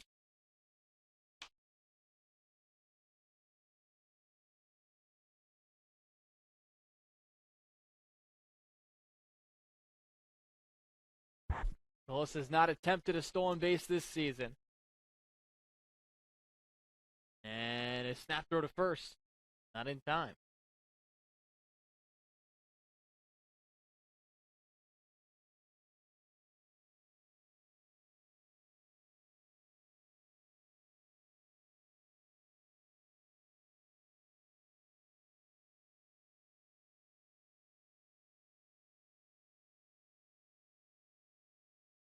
Two balls and no strikes.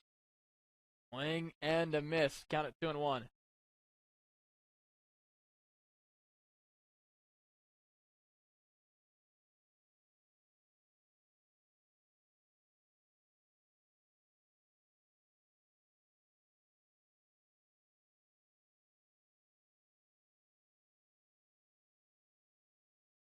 The 2-1. Breaking ball. That is just a hair inside. Count it 3-1.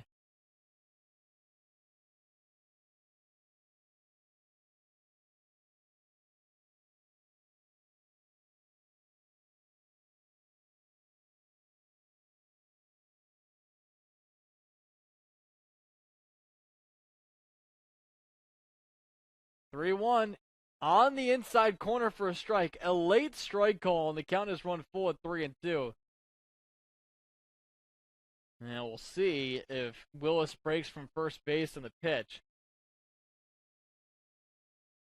Try to get something going here for Castleton.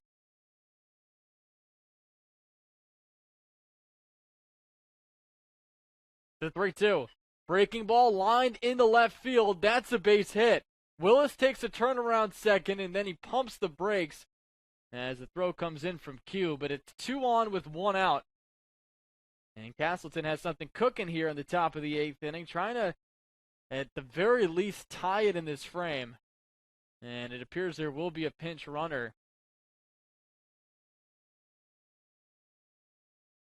Nathan Kelly coming into pinch run for Jack Miller.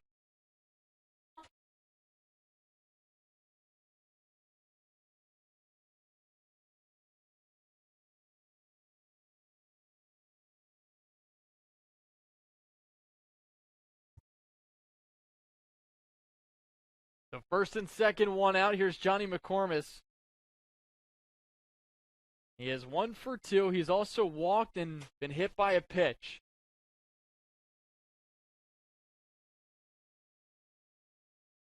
Ressa Morita delivers. The pitch is bounced up the middle. This could be 2. Step on second for 1. Throw to first in time. It's a 6-3 double play. Gianni Zerilli Jr. was placed perfectly as he fielded it, stepped on second, and then threw to first to end the threat. We go to the bottom of the 8th. UMass Boston still on top, 7-6 over Castleton.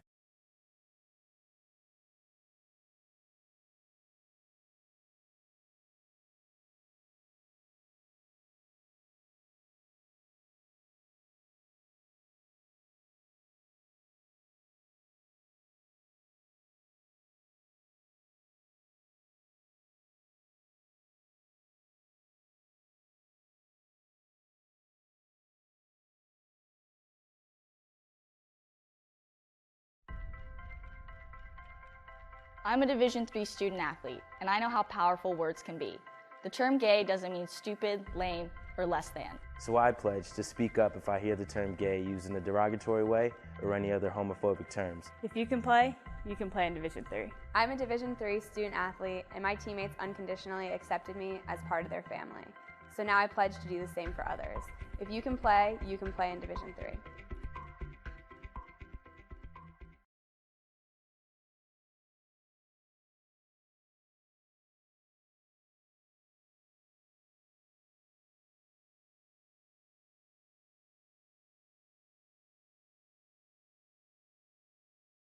Tough ending for Castleton in the top of the 8th inning, but if you're a UMass Boston fan, it was a great ending to the top of the 8th inning, as the Spartans had 2 on with 1 out, a chance to, at the very least, tie the game. But then Johnny McCormick bounced the ball up the middle, and it couldn't have been more perfect for the Beacons, as Gianni Zerilli Jr. was right there to turn a 6-3 double play. First pitch to Curtis Tyrone is swung on and missed. Down at 0-1. Richard Walker in his second inning of work. Bullpen's done a good job for Castleton here in Game 2 of this twin bill, as Matthew Dean tossed an inning and a third scoreless.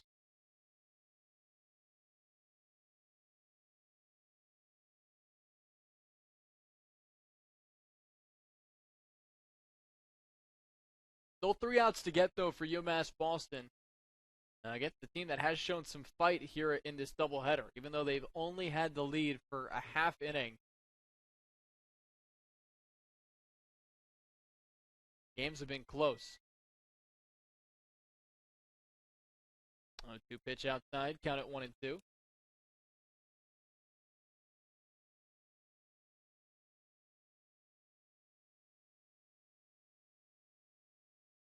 One, two. Foul back to the screen. We'll do it again.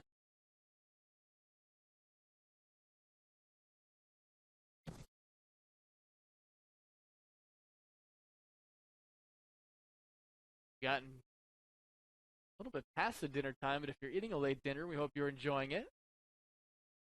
Whatever that is tonight that you're eating, might be a little baked ziti that you put in the microwave.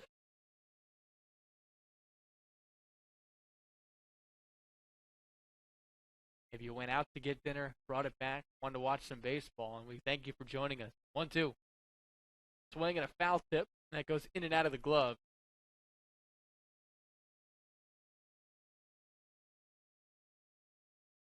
And this isn't your tailor-made baseball game in terms of what we've seen today with the walks and the hit by pitches, but it has been an exciting one considering how close it's been and a little bit of the back and forth as well.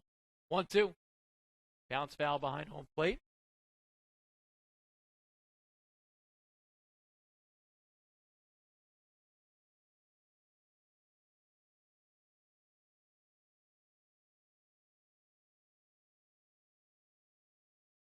Another 1-2. That one's outside. Count it 2-2.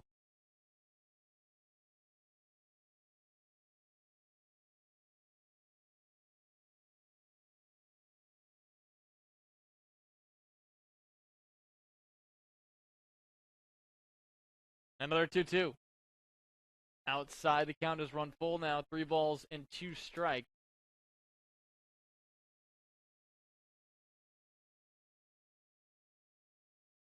The beautiful Boston lights beyond Monin Park, lighting up this city.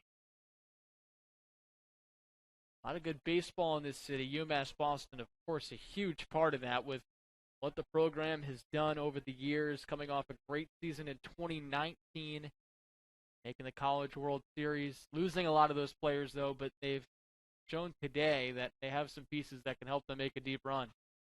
3-2, popped up foul again, and the at-bat continues. So if you like grind out at bats, you're in the right place.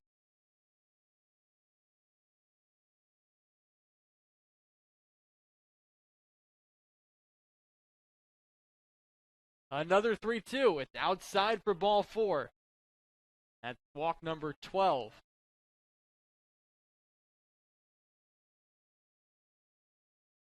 That's walk number 12 for Castleton pitching.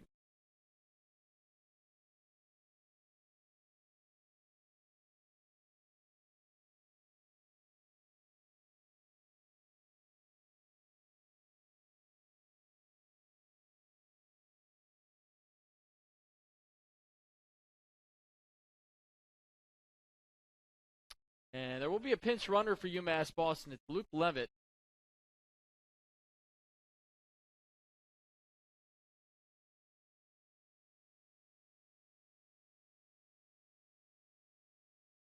And a good move by the coaching staff to try to get a little bit more speed on the base paths with it only being a one-run game. And talked about it before, insurance runs really matter because you just never know how many you need when the opposing team is mounting a rally in the ninth.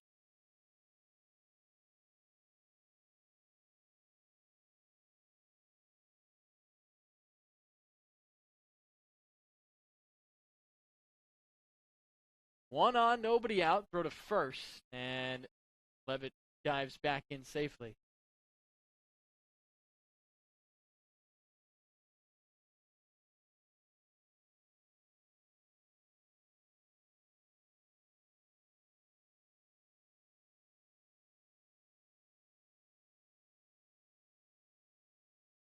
Count it 1-0.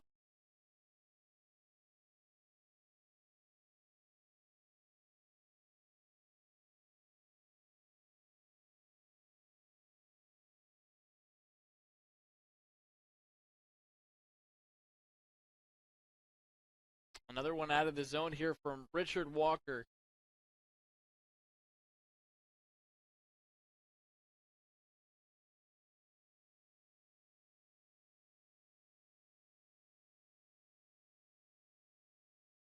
Johnson setting up outside the pitch. Swing and a miss. Corliss with 2 singles in this game also has a walk.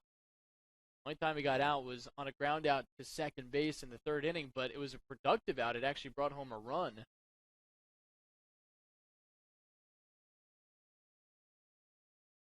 Throw to first.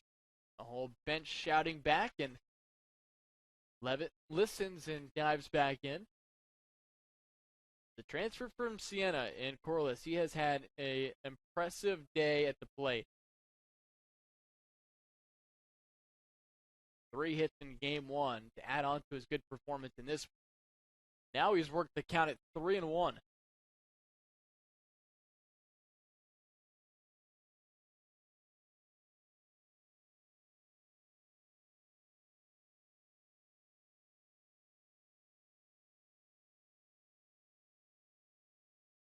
A set from Walker, 3-1 pitch outside for ball 4. We've said that a lot. Pitch outside for ball 4. Pitch upstairs for ball 4. 2 on now, nobody out. That's 13 walks registered for this offense for UMass Boston.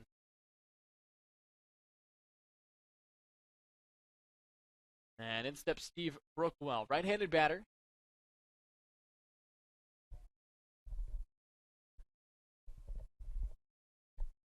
He has an RBI in this game. That came in the 3rd inning. We're in around a bunt. Corner's already coming in, and the first pitch is outside. And this is actually great for him that he has another opportunity like this to lay down a bunt because he tried to do that in the 6th inning and was unsuccessful and ended up striking out looking. So a chance to do what he tried to do in the sixth inning, and he spits on that one. It's counted 2-0.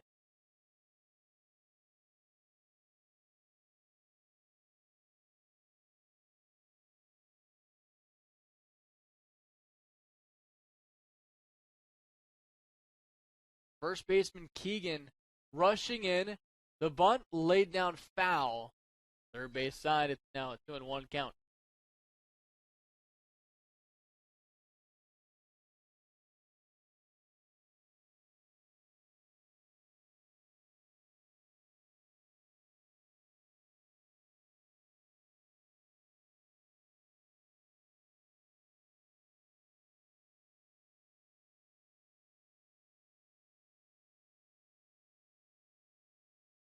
Brookwell already squaring around.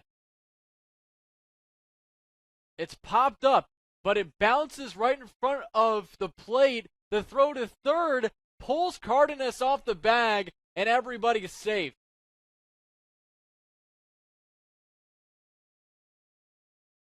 We'll see how it's officially ruled, because it looked like they had him at third base.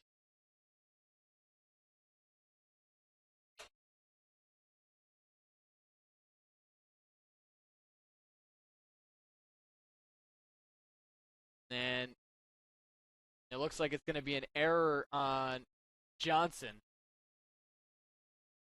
The base is loaded, nobody out. The pitch ripped into left field. There's a base hit for Blake. In to score is Levitt. Scoreless moves to third, Brookwell at second, and Aiden Blake comes through with an RBI base hit, and it's now an 8-6 UMass Boston lead.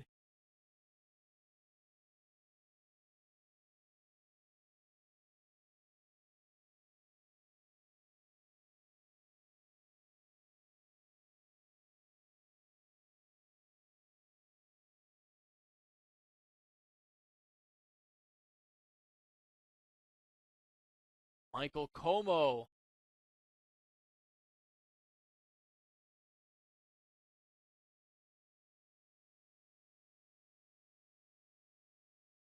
Will be replaced at the plate. It'll be Nick Palma digging in and replacing Michael Como. I mean, they'll take over that first base spot as well. Bases loaded, nobody out. It is now an 8-6 lead. By the way, that bunt was ruled a fielder's choice sac bunt, and Corliss advanced to second, and Levitt advanced to third and on the error. So it was an error issued to the catcher and Jeremy Johnson. And that miscue has opened the floodgates a little bit here for UMass Boston. You're staring at a much different scenario if he's out at third base, because it's just first, second, one out, not bases loaded, nobody out. And Aiden Blake comes through with a hit. And now a chance to add on some more as Nick Palma looks at one outside. It is an 8-6 lead for the Beacons, trying to add on some more here against the right-hander Richard Walker. 1-2, popped up, foul ground. Cardenas takes a look, and he can't get to it. The only thing that could have caught that was Spider-Man. Trying to climb up that screen and then catch that foul ball. It was too high up.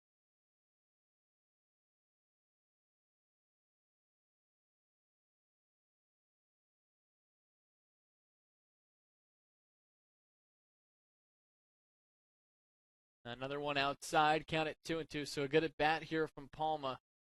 Thomas Q is on deck. So 4 starters now out of the game for UMass Boston. Palma takes a look at a strike 3 on the inside corner.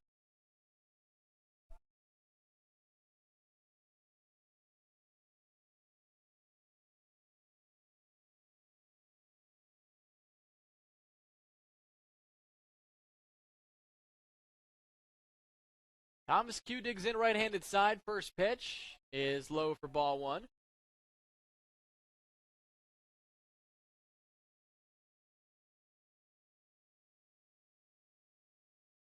The 1-0 on the inside corner for a strike. Count it 1-1.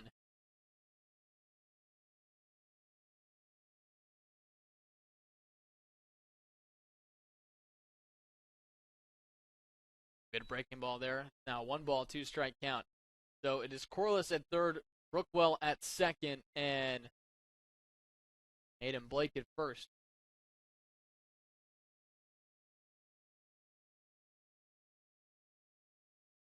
Swing and a miss, strike 3. Another big strikeout for Walker. So he's given up 1 run in this inning, but after giving up the run, he was staring still at a bases loaded, nobody out situation, and he's been able to pick up 2 strikeouts. So here's Ryan Leung. Nico Kites will be the batter, beg your pardon.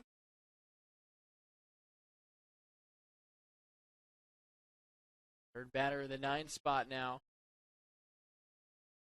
UMass Boston. Bases loaded, 2 outs, 8-6. And the first pitch time for ball 1. No hits in game 1 for Nico Kites. Swing and a miss. Count at 1-1, but did a good job navigating the pitching staff. A lot of new arms in that first contest and helped them hang on for a win. Now looking to add on some insurance here. 1-1 is outside.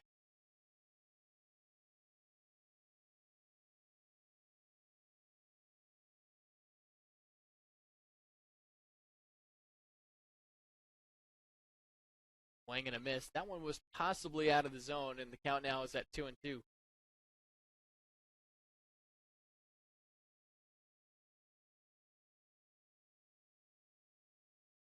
Two comes home. And it's upstairs, count at 3-2.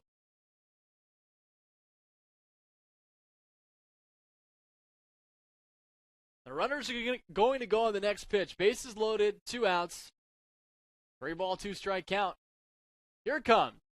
In there for strike 3 on the inside corner. Great job by Richard Walker to get out of more trouble here in the bottom of the 8th.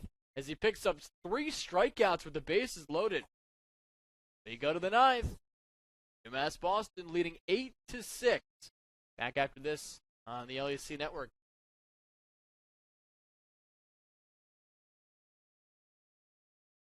The University of Massachusetts Boston, with its scenic oceanfront campus, easily accessible to downtown Boston, is recognized as a model of excellence for urban public universities. 16 NCAA Division III sports are part of the more than 100 student organizations that create an engaging campus life in America's biggest and best college town. UMass Boston, Boston's urban public research university for the 21st century.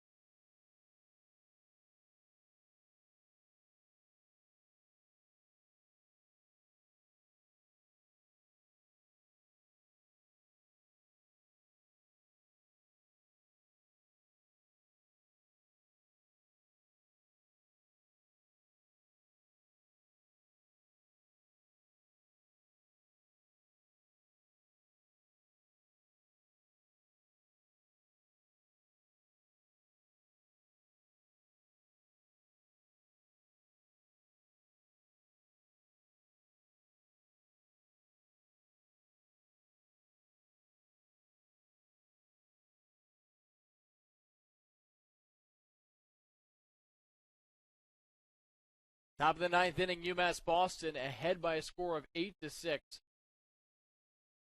And the first pitch is popped up foul, right side out of play by Armando Cardenas. A couple of defensive changes. At second base now is Max Andrade.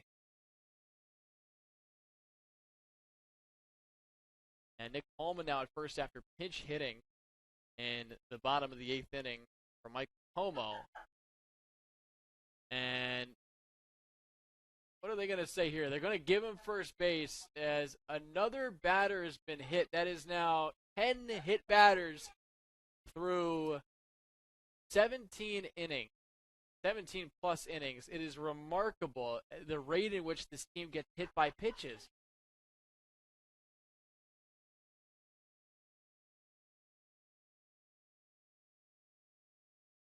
And the coaching staff for UMass Boston, they're trying to say that they're leaning into it a little bit, and they've actually been caught one time during this doubleheader. That came in game number 1, in which a strike 3 was called because Hunter Perkins was accused of and ultimately convicted of by the home plate umpire of leaning into a pitch with 2 strikes.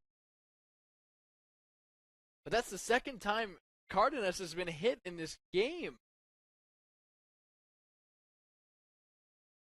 The 1 on, nobody out, and that one hits Lawrence either in the helmet or toward the upper part of his body.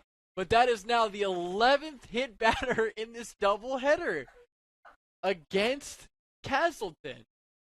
That pitch was up and in. Now that one he couldn't have gotten out of the way.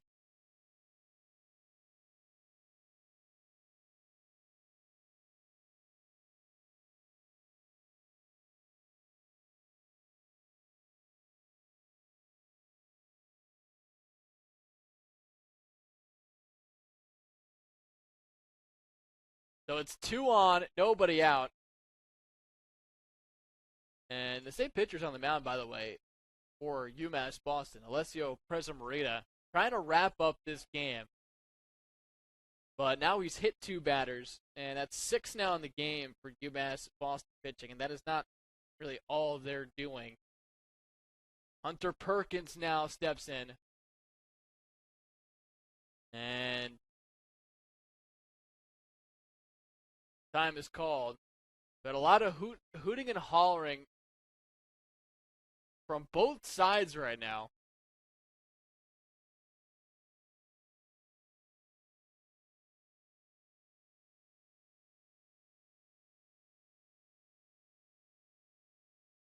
Corner's playing in just in case Perkins squares around, and he does not. First pitch, swung on and missed. Big, healthy cut.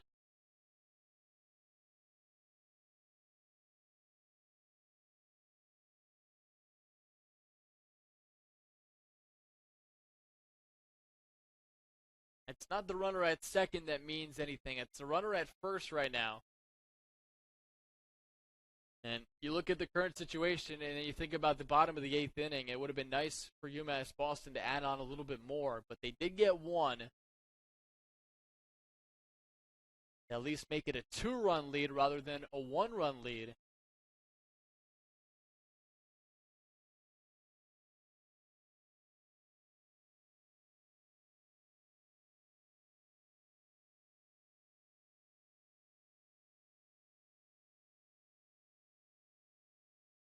One ball, 1 strike. Swing and a miss. Went back to the fastball. Count at 1-2.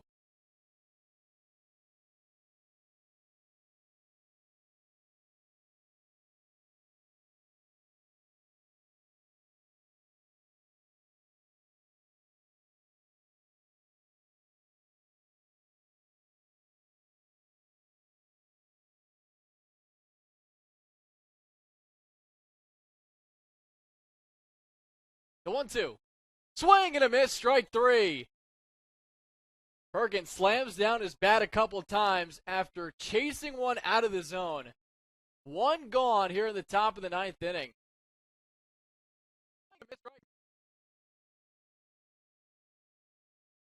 And what adds to the drama of this top of the 9th inning is that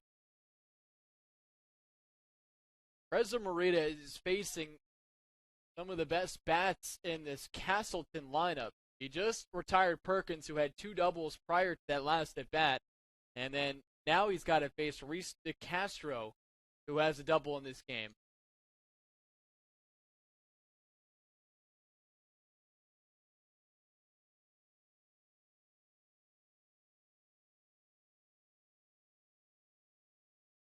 First and second, 1 out. The pitch comes home. Skied into right center field. Irvine chugs to his left, makes the catch, and they're 2 away. And now UMass Boston 1 out away from a twin bill sweep.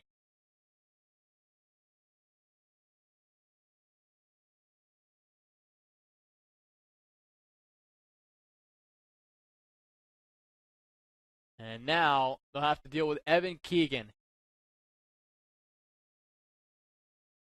Keegan in this second game is 1 for 4. He does have an RBI and a run scored.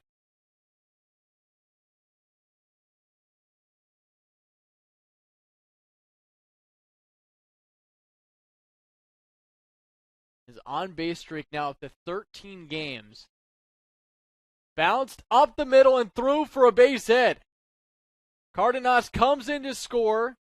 Lawrence stops at second, and it's now an 8-7 ball game.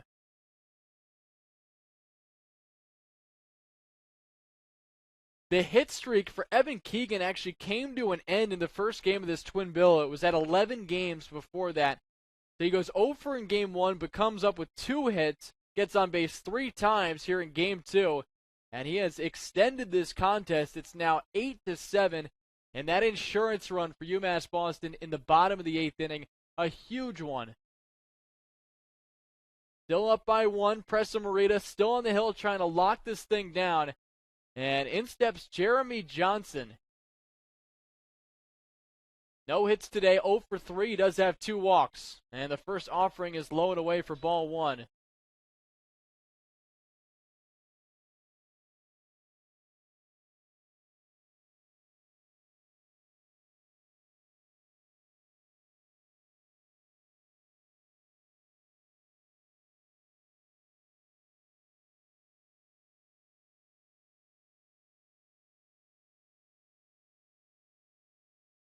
(1-0) golfed into deep center field. Irvine is under it. He makes the catch, and that's the ball game. UMass Boston sweeps this twin bill over Castleton, taking both games by 1 run, and the latter contest by a score of 8-7. An eventful day in general for the Beacons. Looking for their first win of 2021, they come up and pick up 2 victories against the division foe. And now they improve to 2-1 in conference action. And we'll have a chance to build on it with 3 more games coming up at home at Moran Park. 8-7 the final. UMass Boston, a winner over Castleton. We appreciate you joining us all day here on the LEC.